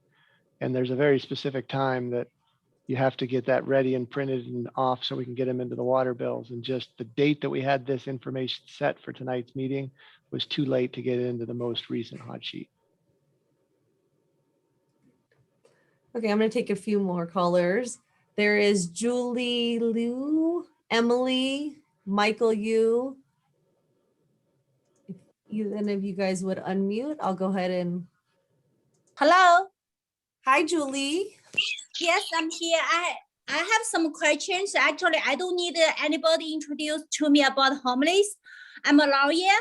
I visit more than 20 homeless shelters from Anaheim, Santa Ana, California, LA, El Monte, Oakland, Sacramento, San Francisco in person myself. I talk to hundreds of homeless, and I cook for homeless people on Saturdays. I know why they become homeless. All the people, I don't say 100%, at least 90% of them, they are drug addicted. They addicted to drugs. The rest, they're alcoholic. They all mentally ill, 100%. How? Okay, I saw them. I didn't have time to, to listen to everything tonight, but I read the Chinese newspaper. Mayor Tai said, "Oh, this is temporary. We'll put these people back on work." I want to ask Mayor Tai, how can he put on these mentally ill people on back to work? Before this, do he has any plan on any medication? Let them to rehabilitate them. Do they have plan for the job training for them? This is a question. And also, I visited so many homeless shelters. Wherever they are homeless shelter, these people, they don't stay inside. They stay outside, working on the street. I personally saw many times they are using needles. They show me the needles, doing injection drugs on the street public. How can Mayor Tai stop this thing happening in our community? I have friends, she lives 10 minutes walking distance from this tiny house location. She's so worried she cannot sleep. 10 minutes walking distance. From my understanding, I saw it. I'm a witness. Everywhere, whenever they have homeless shelter, doesn't matter what kind, even they call affordable house. These people move. I need to start addressing some of your questions so we can move on in the spirit, because we said one question for each individual. So it's not the mayor who's going to answer the questions for you. This is dictated by staff this evening. So the tiny homes would have the wraparound services that they need. And I think that you made some clear assumptions in your statement. And I know that's been your personal experience, that I don't want to say that that is factual information here, because those are assumptions. So we would help the individuals who are living in the tiny shelters, if we had the tiny shelters, to get those wraparound services that they need. And that way, when they say housing first, so you get somebody off the street, then you start working on if they need connections to taking care of their mental illness or their drug addiction. So they found that it was unsuccessful if you try to do it the other way and take care of their mental illness or drug addictions, but they don't have a place to lay their head at night because they still have all those other worries. So that's why the housing first model has been in place. And that's why we're recommending, if we have the tiny shelters, that's the model that they would use. But not to say that the tiny shelters would be a good fit if individuals experiencing those issues. Hello, this is Emily. Hold on one second, Emily. Yeah, just to build on that, when we talk about wraparound services and the tiny shelter project, but any of the work we're trying to do, people were asking about how people end up in homelessness or what are the facts of homelessness. Every individual's situation is different, and the path that's going to get them back into a permanent housing situation is different. Some people, it might be one or two things. Some people, it might be 7 or 8 things. It might be a week versus a year of work or longer. And the beauty of something like the tiny homes is it gives them an opportunity of a fixed place every single night. They don't have to worry about it. It's one thing that's removed from the stressors in their lives. You talk about the trauma and all that stuff. But the caseworkers can then interface with people and work with them on their individual suite of needs to get them out of homelessness and into a permanent situation. So it's all of that stuff, but not necessarily everybody has mental health issues. Not everybody has drug and alcohol dependencies. Not everybody has difficulty getting a job. Everybody has different needs and wants, and having a fixed location to work with people is one of the key factors. And we have a caseworker right now, and I can't tell you how many hours a week that caseworker spends trying to find the current location of various folks, because they move around our community. They eventually find them in our community, but one week they're by the mall, the next week they're into downtown, the next week they're down off of Live Oak. But because our police officers are moving around, the different circumstances of their life, their safety, various needs. When we've talked to the people that are running fixed location shelters, the speed of improvement is so much faster than what we're able to do, because you can rely on tomorrow morning at 9 a.m. this person will be here. So if I show up with whatever services I'm prepared to deliver, they will be there. And that's really what this ends up being a lot about. That was rambling, but I think it needed to be said about what you meant by wraparound services, because it's not just put them in the shelter and leave them there. It's a whole suite of things. But go ahead, Emily. Hi, yeah. Dominic, like you mentioned before, you don't know how much it's gonna affect our home value. Or actually, if you don't know how much it's gonna affect home value or safety or environment, I don't think any of you should make decision for us. Like one of the lady mentioned before that like a state has legal authorization overrides county and the city. Even though like that, we are not going to give in. You guys don't make a decision for us. We are going to fight to the end. Also, Dominic, I just checked you. We just found out as a city manager, you earn like $210,000 every year. It's a city of Arcadia citizens tax, pay you every year's salary. You have to care our interest. If you vote yes on this, any of you just betray city of Arcadia citizens interest. Okay, yeah, I listen to you, very beautiful presentation. We don't care. We need you guys to listen to our voice. Okay, this shouldn't be Zoom here. This is a very important question. This is our safety. This is our environment. This is our everyday life. I live in Arcadia, okay? I live here for 20 years already. You know what? Right now, I have to put again, just beside my bed, every night. Sometimes, a lot of time, I just hear a helicopter overhead. I don't know what they are doing, but I know something bad happened. Dominic, you don't live in Arcadia. You live in Glendale. You don't care or interest. You don't vote. You don't make decision for us. Okay, Emily, we in are the people. interest, We- in the interest of time, I'm going to go ahead and go to the next caller. I'm Michael, ready. you go ahead. Yes, can you hear me? Yes, we can hear you. Michael. Okay, I oppose this house project. I think this project will not help. It will bring more homeless people. It will make it worse. What I heard today is not convincing at all. I feel very angry.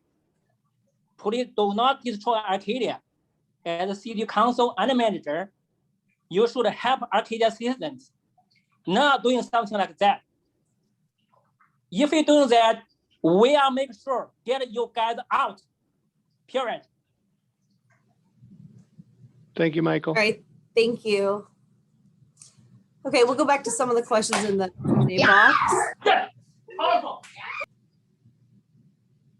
How do you differentiate Arcadia homeless from people who are crossing the borders from other cities?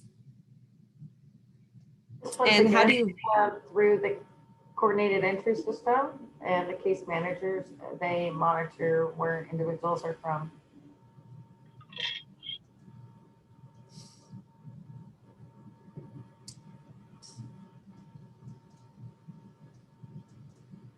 Was it ever looked at to place the tiny shelters in North Arcadia, or was it always the southern part of Arcadia? It was identified by the county initially.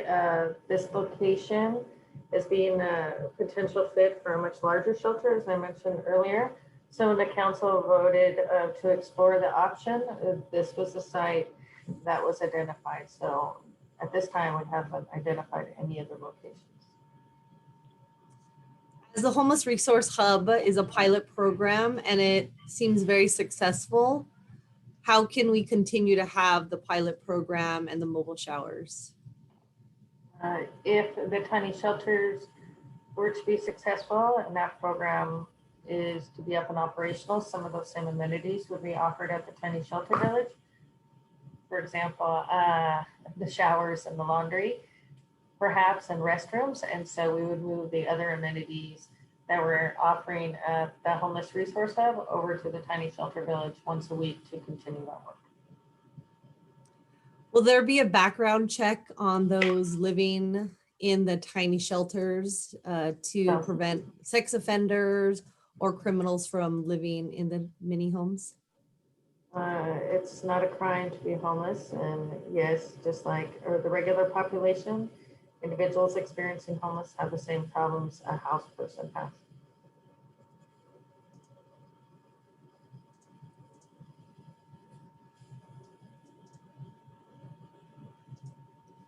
One second.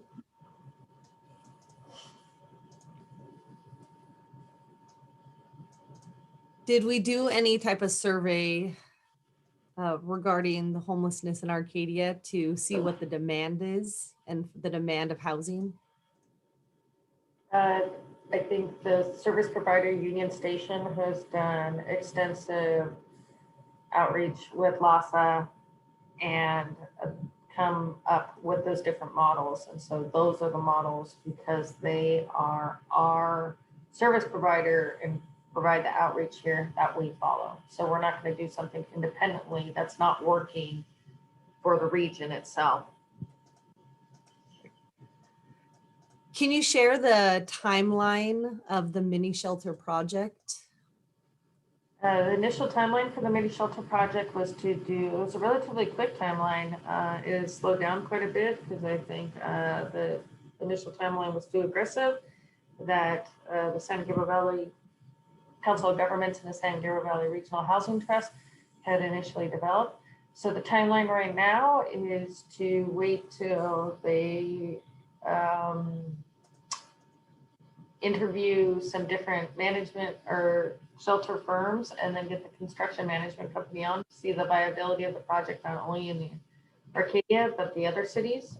And if it's a feasible project to move forward with Arcadia, then we would start public outreach and those other items that I mentioned, like we would eventually take it to city council for a vote and then take it, then proceed in different ways with the necessary agreements and then getting the tiny shelter area graded and the infrastructure intact. So I think if it was going to be up and operational, it would be sometime perhaps in the late fall, early winter would be probably ideal to get it up by winter, I would say, if in a perfect world, but who knows how long it would take. If an individual contacts LA Hop, what can they expect to happen? They expect to enter the information where the individual they see is experiencing homelessness. They usually get a follow-up email letting them know, or perhaps they'll even get a phone call at times asking more follow-up questions. And then they won't be notified of what happens after they make contact with the individual because that's confidential, but they will be notified that they're making outreach with that person, or they may ask some follow-up information to go do that outreach. If the mini shelter gets out of control and it's unsafe, what will the city do? Close it down.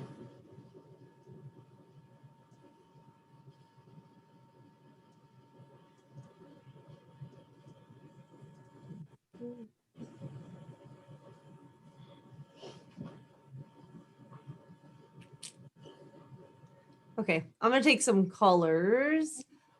The next one, Mr. Morris, Stephanie, Mindy, and Linda X. Whoever will unmute. Mr. Morris, go ahead. Hello. Hi, can you hear me? Yes, we can. Hello. Yeah, I just wanted to start off by saying I really want to thank the folks who put this together. The folks on here who are trying to find solutions for people who are suffering from homelessness. I really appreciate it. I'll share with you my experience. I'm local too here. I disagree with a lot of the comments, and I'll tell you why. I've been trying to find housing for an elderly relative for myself, and anywhere that I look for something affordable being under $1,500 or actually $1,500 a month, for a one-bedroom apartment, the wait lists are anywhere from 3 years to 7 years. That wait list will outlive the elderly parent that I have. In Arcadia, some of us are fortunate enough, bought homes decades ago, and now they're sitting on gold mines. And some of us are acting like, we don't want these people around. But the truth is, people can't afford to take people in right now. The generation now doesn't have that capability. So the way that some people are treating this, it's sort of like saying the US, hey, we shouldn't care about other countries' humanitarian needs. We're here now, so you guys can do whatever. So I do support this. My question is, because there is, a lot of concern about maybe safety and all that type of thing, is there a way to maybe for certain folks who don't have, I'm not talking about criminalizing homelessness, but people who don't have criminal records that are violent or sex offenders or something like that, maybe they can get preferential treatment in a place where there's so much opposition. Is that possible to do that? I think that they all go into the coordinated entry system, which we talked about extensively. And I think based on the acuity level that the coordinated entry system gives an individual, we don't have any say to what those factors are and what makes somebody more desirable or less desirable. It's all about the fit. If someone has a sex addiction or something like that, maybe this type of shelter wouldn't be the best fit for them. Not every individual experiencing homelessness would go into this type of shelter. So we really can't limit that because that would be discrimination against somebody who has a criminal background or who is a sex offender. And there are legal parameters where individuals can stay with that, but this potential location that we're examining isn't within near those areas where it would be prohibited for an individual with that background to stay. Okay, one more thing that I want to add, which I forgot to mention when I was talking about my experience. There's a statistic in LA that I think it's 80% of seniors who become homeless recent used to either have an apartment or a home here, and more than 50% of them are homeless now because of economic reasons. And being that Arcadia has such a big immigrant population, such as myself, I think some of the things that are being said by the residents are shameful. That's all. Thank you. Thank you. Stephanie, go ahead. Hi, thank you for taking my call. As I understand it, there will be no drug testing for the tiny homes if they were to be put in place, because as a gentleman referred to it, it would be jumping them through hoops. We have children in the neighborhood and nearby school. Why expose our children to these adult issues that are deep, dark, and everlasting in their impressionable minds? Why? Stephanie, the problem already persists in town, so essentially your child is already being vulnerable to those deep, dark issues that you're talking about. So if we build like the tiny shelter village, at least the individuals would be in a controlled environment. We can't just merely kick individuals out of the city of Arcadia for being homeless. Why not just put them in the schoolyard then, right? I mean, if that's your thinking, why not just put them in the field? That doesn't make sense.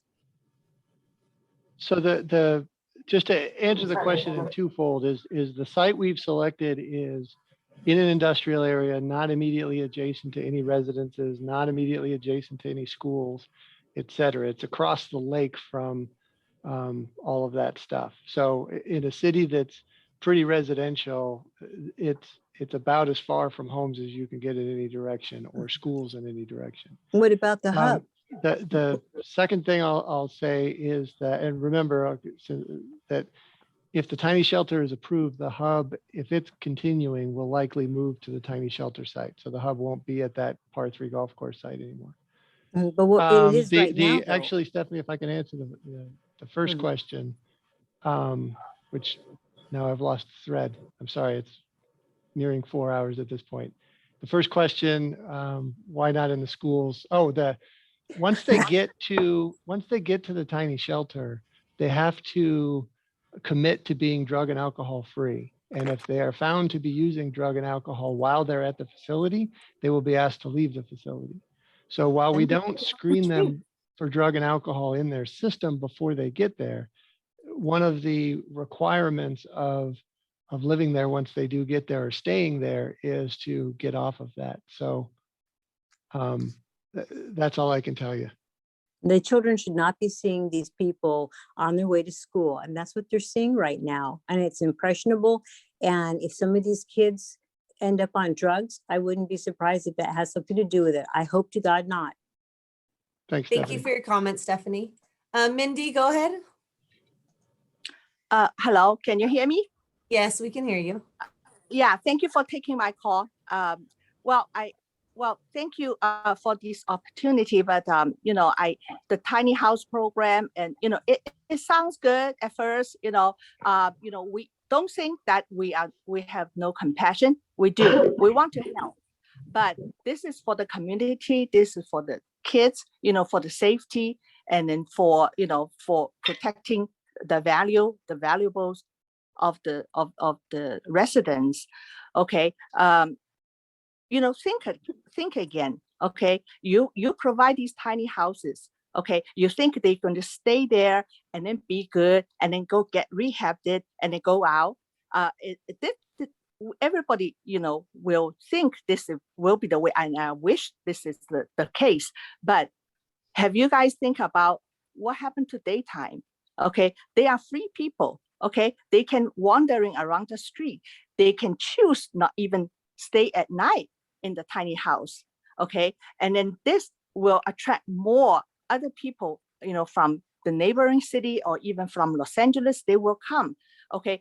When they come, like you say, you cannot evict them. Okay. I think we are open up a can of worm here. Okay. So we, as a resident and my fellow residents, you think very careful.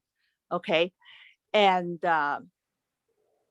also, okay, if these programs, okay, are successful, I believe some people, you know, are out of the homelessness, you know, they went back to the society, become a you know, a member of productive, you know, member of the society, I believe. Okay, but only very tiny, unfortunately, very tiny percentage. Okay, I think, okay, if my projection is right, 1 or 2 years down the road, you will see more people here. Okay, like you say, if they take drug in the tiny house, you get them out. Where are they going to go? They're going to stay on 3rd Street. They are going to go to the mall, go to the parking lot.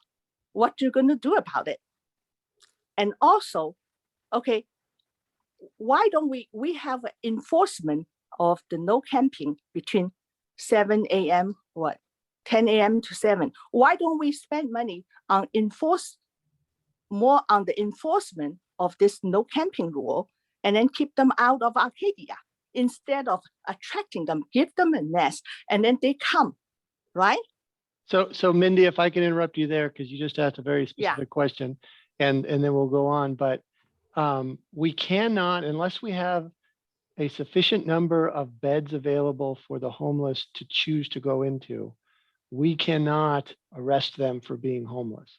So the act of being homeless is not a crime, even though we have a no camping ordinance. We cannot fully enforce that ordinance unless we have enough shelter beds for people to, or so other you're gonna housing options. build more, and then we keep building 1,000, 2,000 of them until everybody have a space. Is that what you're saying? Okay, if you cannot arrest them, yeah, that's the concern. So they're going to be all over the street. Thank you, Mindy. Think about it. Thank you, Mindy, for your comments. Linda, go ahead. Can you hear me? Yep. Yes, we can.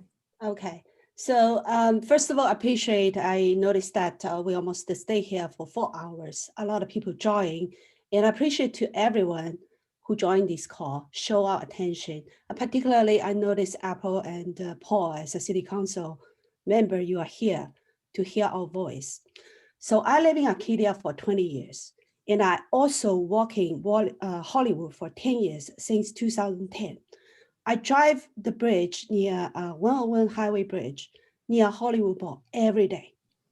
I myself actually experienced to see that underbridge was coming from a very clean area, but everything changed since 2016, become a horrible packed homeless camping ground. And tied to that, in 2016, what happened? Los Angeles City raised 1.2 billion to build a project, to build a shuttle to solve the homeless issues. So what's the result? They don't solve the problem. Actually, since 2016, it is obviously everybody can see on the street there's more and more homeless stay over there. And the statistic number shows every year there's a 2-digit percentage increase of the homeless. In California, as a population, we have about 12% of total population over the entire national America. But homeless people, we have 50%. 50% of homeless live in live in California. And Los Angeles City actually is a failed project. They fail it because they don't have a consolidated plan together to work with other mega city to have a solution to provide a shuttle solution for the homeless. They become the only mega city. And that's a news, and we saw other state that they put homeless in the bus and ship them to Los Angeles downtown and release them.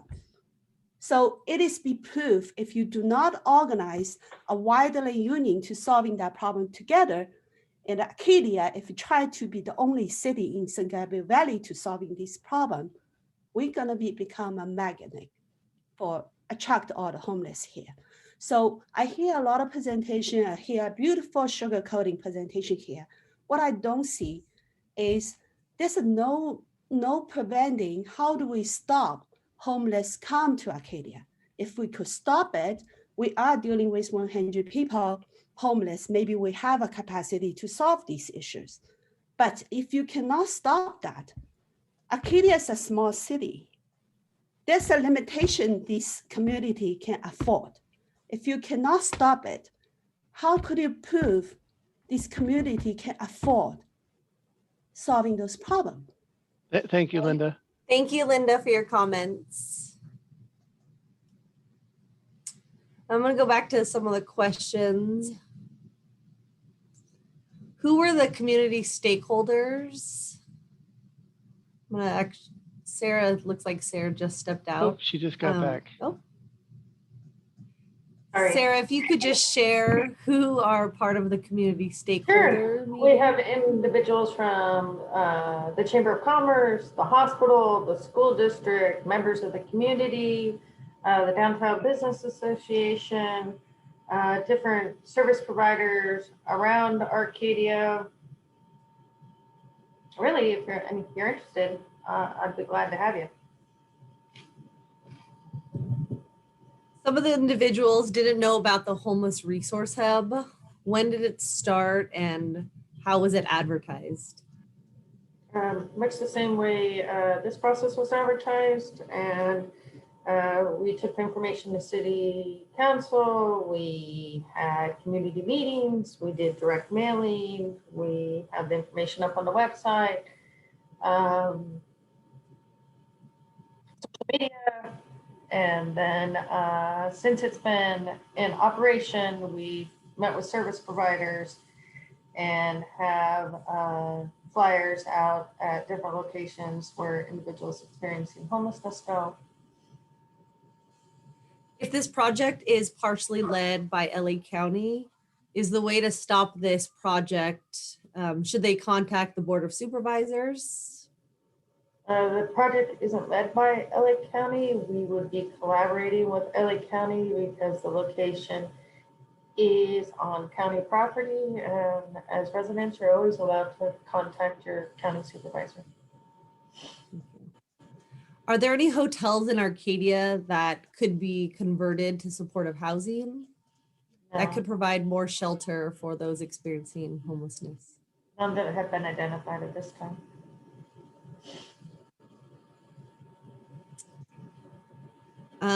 If there are tiny homes and people are still allowed to camp on the streets, what is the purpose of the tiny homes? Number one, to have individuals who are experiencing homelessness not be homeless and get them off the streets. Number two, to have those individuals who are homeless in a secure location where they'll be safe and secure. And as Teresa mentioned earlier, Sean, it would be bridge housing. So although there would only be 15 people perhaps in the shelter at a time, those 15 people would move on and then another 15 people would cycle in.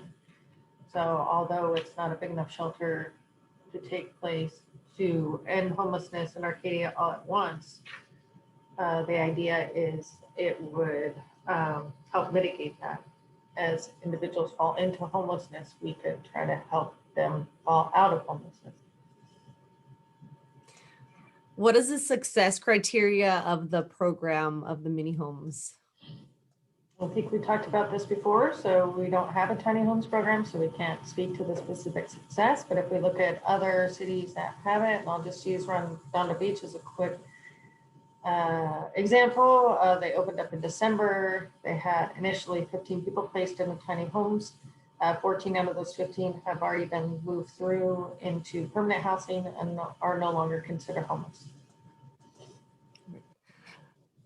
Teresa and Sean from Union Station, can you guys explain just your role in the Arcadia project and your role with homelessness? That's a lot. Yeah, we have no role in the Arcadia project because it just doesn't exist yet. We may be asked to participate in terms of the support services, the type of intensive support services we've talked about. I think the second part of that question was, what is our experience or role in homeless? Our role in Sean, in one sentence. What's your role in Union Station? I'm director of advocacy and community engagement. Perfect. To add on to that, so what Sean and I are doing here tonight, we do with every single city in the San Gabriel Valley. There's 31 cities in the entire San Gabriel Valley, and we are encouraging every single city to do your part. As so many have mentioned, if we don't act now, homelessness will only get worse. And so everything that I have said to you all tonight, I am, and I will be saying to residents throughout the entire San Gabriel Valley, as well as Sean. Great. Could Arcadia have a safe parking program for those living in their cars? Sure, that's one of the things that Arcadia is also exploring with the San Gabriel Valley Safe Parking Coalition. We're always looking for locations for individuals who are experiencing homelessness who are in vehicles to have a safe location to park at night. Just no location in Arcadia has been identified. Hey, Candace, since we're now at the 4-hour mark and we've got we're about a third of the people that originally were in this room, can we take a couple more questions and then We'll go with the callers first that have their hands raised. I have Viet Tran, Eric, Addie Dennis, and Susan B. So go ahead, actually, Eric. Candace, I think we heard from Eric before. Eric and Susan. Yeah, and I don't have a question. I just wanted to invite you actually before you cut me off.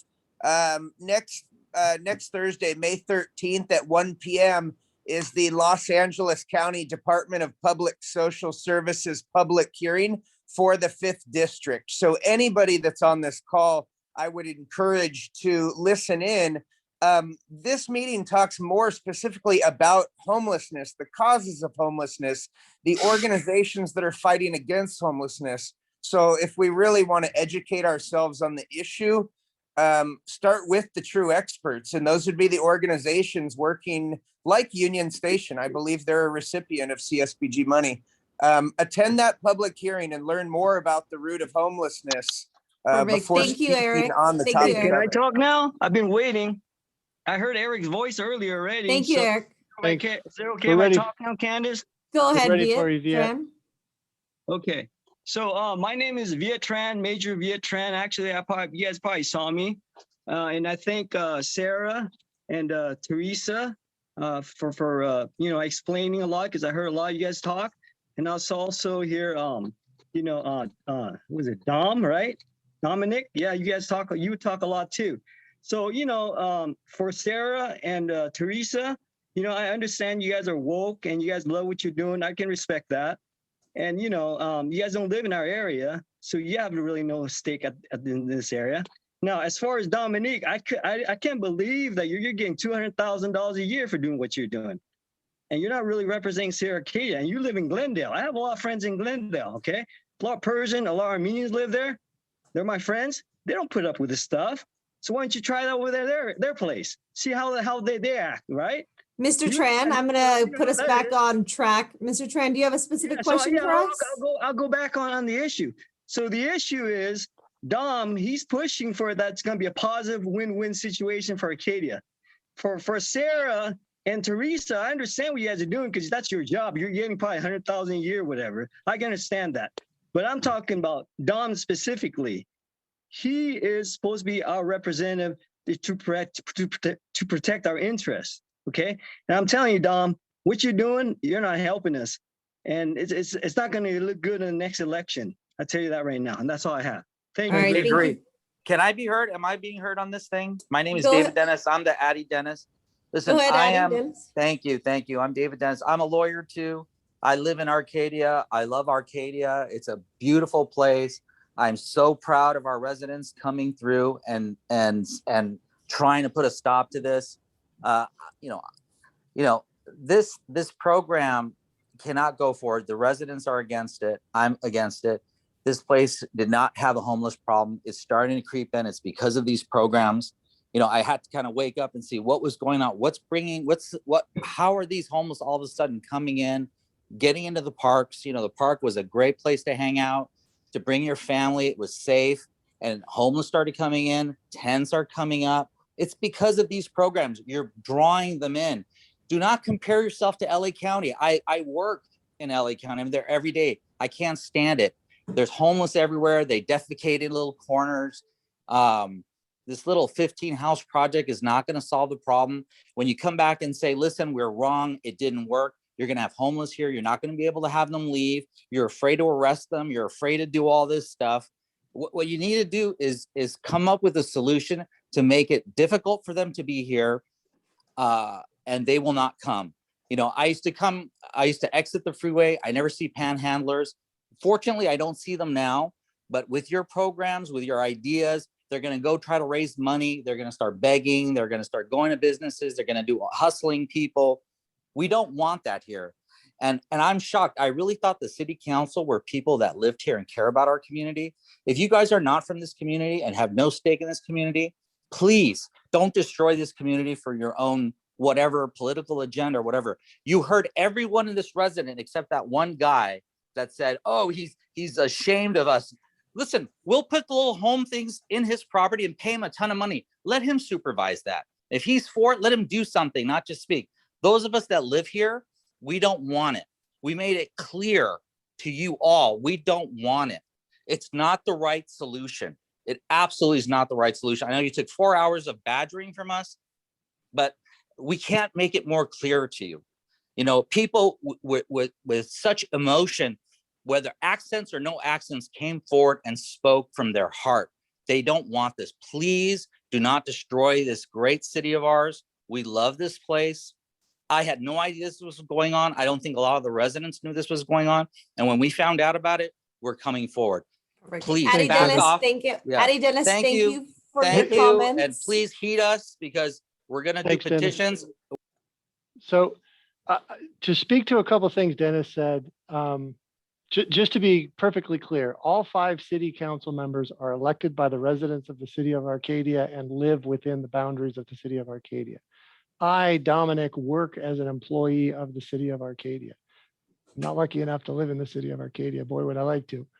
But so I'm accountable to my decisions through the city council. And if the community is not happy, you know, that is the city council's choice. But what I can't predict with certainty what's going to happen in the future. But what I can tell you is what has happened in the past where we've taken different approaches. And when I got here, I've been a city employee for 9 years, and our plan for dealing with the homelessness for 7 of those 9 years was we're going to be forceful with the homeless. We're going to not let them set up camps. We're going to be very aggressive in everything we can possibly do. And what that ended up resulting in is we arrested a lot of people who were very quickly released from the jails and only returned to the streets to do exactly the same thing within minutes, hours, or on a few occasions, days. But generally, for the things we were arresting them for, they were getting back on the streets. We've seen the numbers climb from 20 to over 100. We've expended a lot more resources in public works. Our firefighters are now spending significant parts of their day interacting with folks that are in medical conditions and states of delirium and all sorts of things. Those have happened, and those happened long before we started talking about a homeless plan. And those things happened when we were trying to do the things that everybody on this call is suggesting that we do, which is just get strong, don't let them get comfortable, outlaw homelessness. Not only is that actually a violation of the United States Constitution, and judges have found this through that Boise decision we talked about, but it just doesn't work. Is even if I arrested everybody who was homeless, they're out on the street again within minutes and days, and they're back right where they started again. It's a cycle, and it just puts them further behind because of the fines and the fees and the court cases and all that stuff. It doesn't get them out of our community. It just gets them in a more desperate situation. We've seen that. So when we talk about, we feel like we've hit a tipping point and we need to do something, we were doing nothing and the numbers exploded. We tried to do the strong thing, the numbers exploded.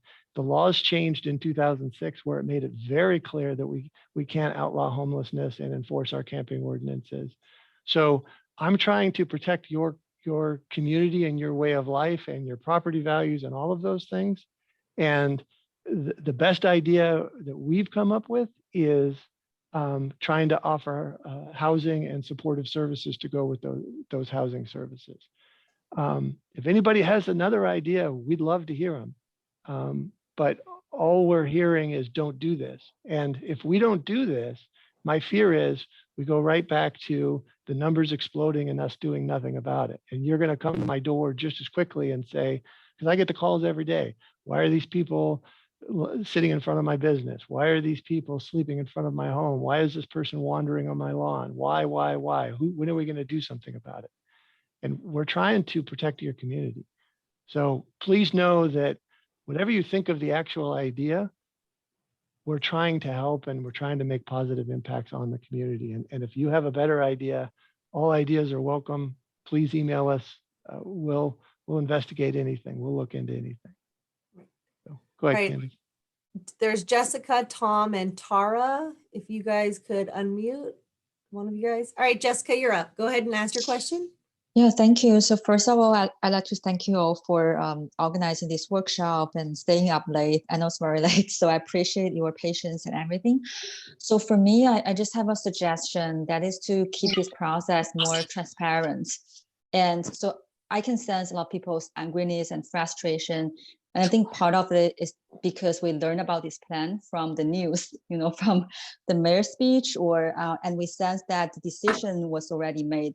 So now I learned that it's still an ongoing process regarding the decision making, but how can we involve people's opinions into this decision making and making sure that people's voices are being heard? So I know that there's not a perfect solution, but people, I mean, it's a complicated issue, but I'm suggesting that we can keep this public hearing process more transparent, and maybe we have multiple hearings in the future so that people can continue to express their opinions. And I also want to ask about the attitudes from the city council members. And if the people are strongly opposed of this, what will do? How will this process, and like how much can people say about this? So that's my question. Thank you. You're on mute, Sarah. Sorry, this is a community forum on homelessness, and we said at the beginning, we called the meeting to order for the city council because we have 3 or more members in the audience, but we're not voting on anything today. So if this project does move forward, there will be multiple opportunities for public outreach and to provide comments specifically about the tiny homes once we have more specific information about what that would look like if they do move forward. And then you would be able to ask the city council specifically what they thought about that. Can you hear me? Tom, yep, go ahead. Yeah. First of all, I'd like to thank you all for being here, for over 4 hours. I mean, time is precious. Money cannot buy. Life is short. So we all care. That's why we are here. Personally, we have been in Arcadia for over 20 years, and we have a lot at stake.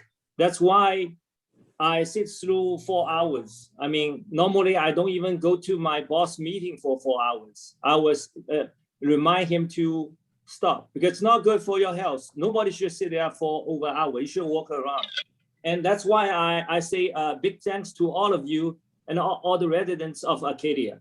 This is not easy. This is a very tough time. But I want to bring some comments. First of all, you guys want to put Arcadia as an experimental project. You said either work, we keep it. If we don't work, scrap it. Why take the risk?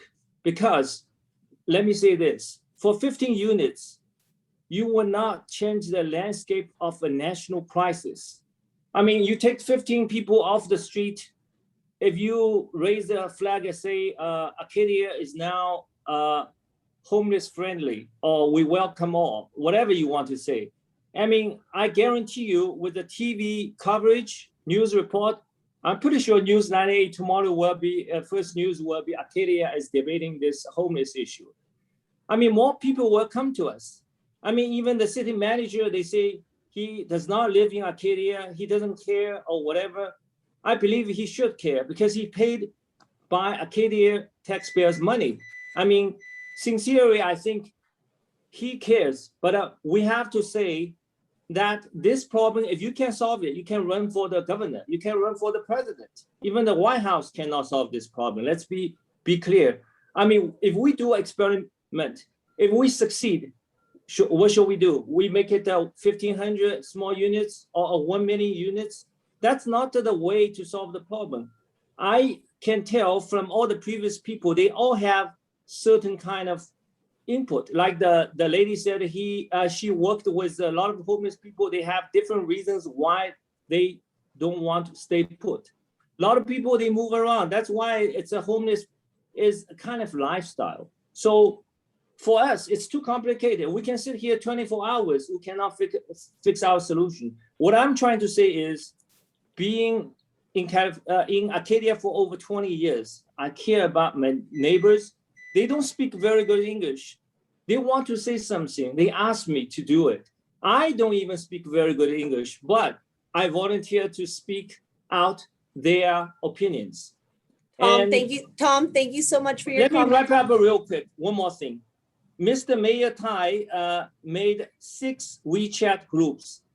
He kicked out all the people saying things he doesn't like to hear. That's like 6 WeChat groups. That's almost 3,000 people just to be his supporters or voters or whatever. That's something totally wrong.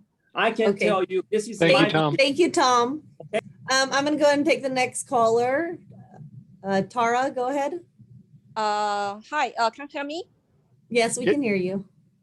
Okay, my question is, if in the end, our residents still show our strongly against of this project, like urban people at 2018, we go to parade, we go to vote, can our government listen to our opinion and cancel this project? Thank you. Thank you, Tara. Thank you. Alex, go ahead. Can we maybe take 2 more questions and call it? Yep. Go ahead, Alex. Doesn't look like, or Lisa, are you there? Yes, I'm here. Okay, go ahead, Lisa. Okay, We're gonna take one more caller after you, I Lisa. just heard that our manager said, you know, the homeless people coming to Arcadia more and more every day, and then the solution is building tiny houses for them. Why can't we stop them from coming to Arcadia? I know that there is a voice that we want to close this Gold Line station on the 1st Avenue. So have you ever thought about that? So as we said previously, the people have freedom of movement, so we can't stop them from coming to the city of Arcadia, and they have. Well, because this one was approved. This station was approved by the city council years ago. So if you can approve it, why can't you just oppose it and close it temporarily, so that you can actually take care of how many homeless here first, and then you let more if there's more coming. Yeah. Right. I mean, there is this is a temporary solution. Yeah. And again, the number of homeless were rising before the Gold Line station came in. All right. Thank you for your comment. I'm going to go ahead and move. Alex, are you there? Hey, Candace, can you hear me? Yes, we can hear you. Thanks, Alex. All right. Thank you. I've got to commend all of you, Dominic, Sarah. I know you guys have done a lot of heavy lifting this evening, and I got to say thank you for stepping up for all of us. I'm an Arcadia resident, and I've got to say that I'm a little disappointed in how people are handling this. I think it's a little visceral. I know that we're having just conversation, so I'm glad that we're having the conversation, and I'm glad it's an open forum. I think if we can put a lot of this energy towards maybe some additional solutions, and share some solutions with you guys, I think that's probably the start here. So maybe if this is an opportunity for all of us to at least start that conversation. It sounds like we've got, it sounds like maybe hundreds of people that are interested in this issue, and I think it's something that's plaguing all of our neighborhoods, and I've seen it. I have little children as well, and I'm concerned, but I know that we each have our own onus in this process here, and so if this is a component of it, then I think it's open for debate. I initially wasn't in agreement with the layout of what the project looked like, but I think through conversation I understand a little bit more. My only concern, and maybe my question here, is what's the bigger plan? I know that there's 15 of them here and there's 108 people. I came in late on the conversation, and so maybe there's a larger plan at work here, and maybe this is phase one.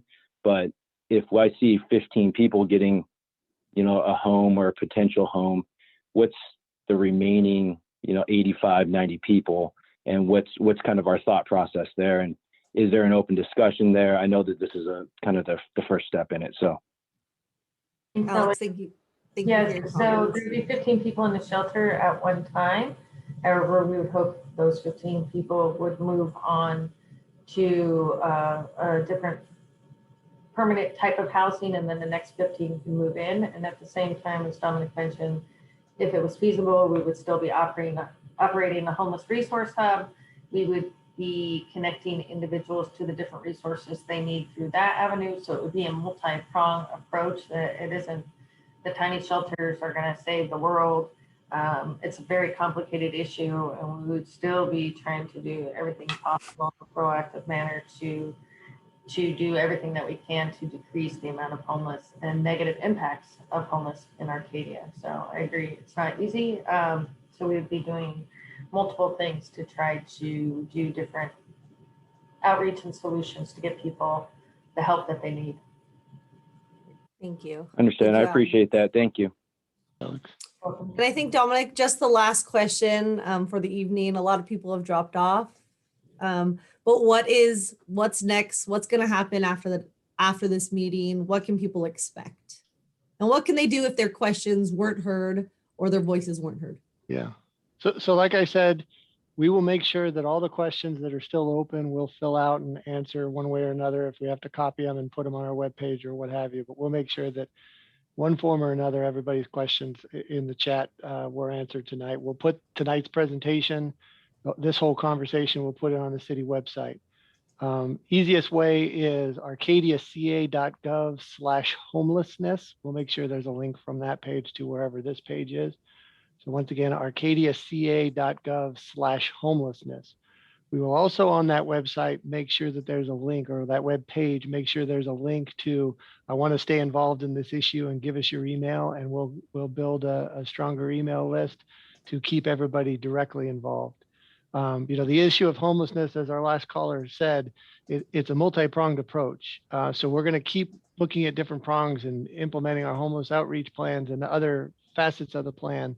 And just stay involved in all of those. I can't give you details on every one of those. But as far as the tiny house project, which everybody seems to be the most interested tonight, if we go forward, there will be a public forum specifically for that, and then at least one, and then there will be a public meeting with the city council where the city council ultimately is asked to make a decision one way or another. So we ask you to stay involved, look for it, go to that webpage I said, arcadiaca.gov/homelessness, and sign up to be informed of where the next things are. We'll keep you informed in addition to all of our other outreach methods. But stay involved in the conversation. Let us know what you think, all of that. And, again, this project may move pretty quickly if it goes forward. So, pay attention and look for it. And we're looking for the input. So please stay involved. Thank you, Dominic. And I'll turn it back over to Sarah. Yes, as just Dominic mentioned, in case you missed this presentation or others that didn't have the opportunity to participate tonight, we're also going to be placing the video of this presentation as well as those Q&As. And on the website, I can't promise we'll get to all the Q&As by Monday, but the video will be up there by Monday. And then we'll work on answering all your questions. And of course, you can always email me and I'll be happy to try to help you out as well. And just want to thank you again for sharing your Thursday evening with us and 4.5 hours. And if the Tiny House project continues, this conversation definitely will as well. So don't think this is the end. And if you have any suggestions on what to do instead of something like this, I'd love to hear them. And thanks again for joining us, everyone. Yeah, thank you, Sean and Teresa, for spending the night with us Yeah, as well. thank you, guys. Thank you, Sarah. Thanks, everybody. Thank you. Thanks, everybody. It's very impressive that everybody held on so long. So thank Yes. you, everyone who came tonight and participated. Good night, everybody. We'll say goodnight and talk to you later. We'll stand adjourned at 10:26 officially. Yes, thank you. Thank you to the council members for being here all evening as well. Thank you, Dominic. Thank you to all the public. Thank you. Take care, guys. Thank you. Good night. Good night. Thank you.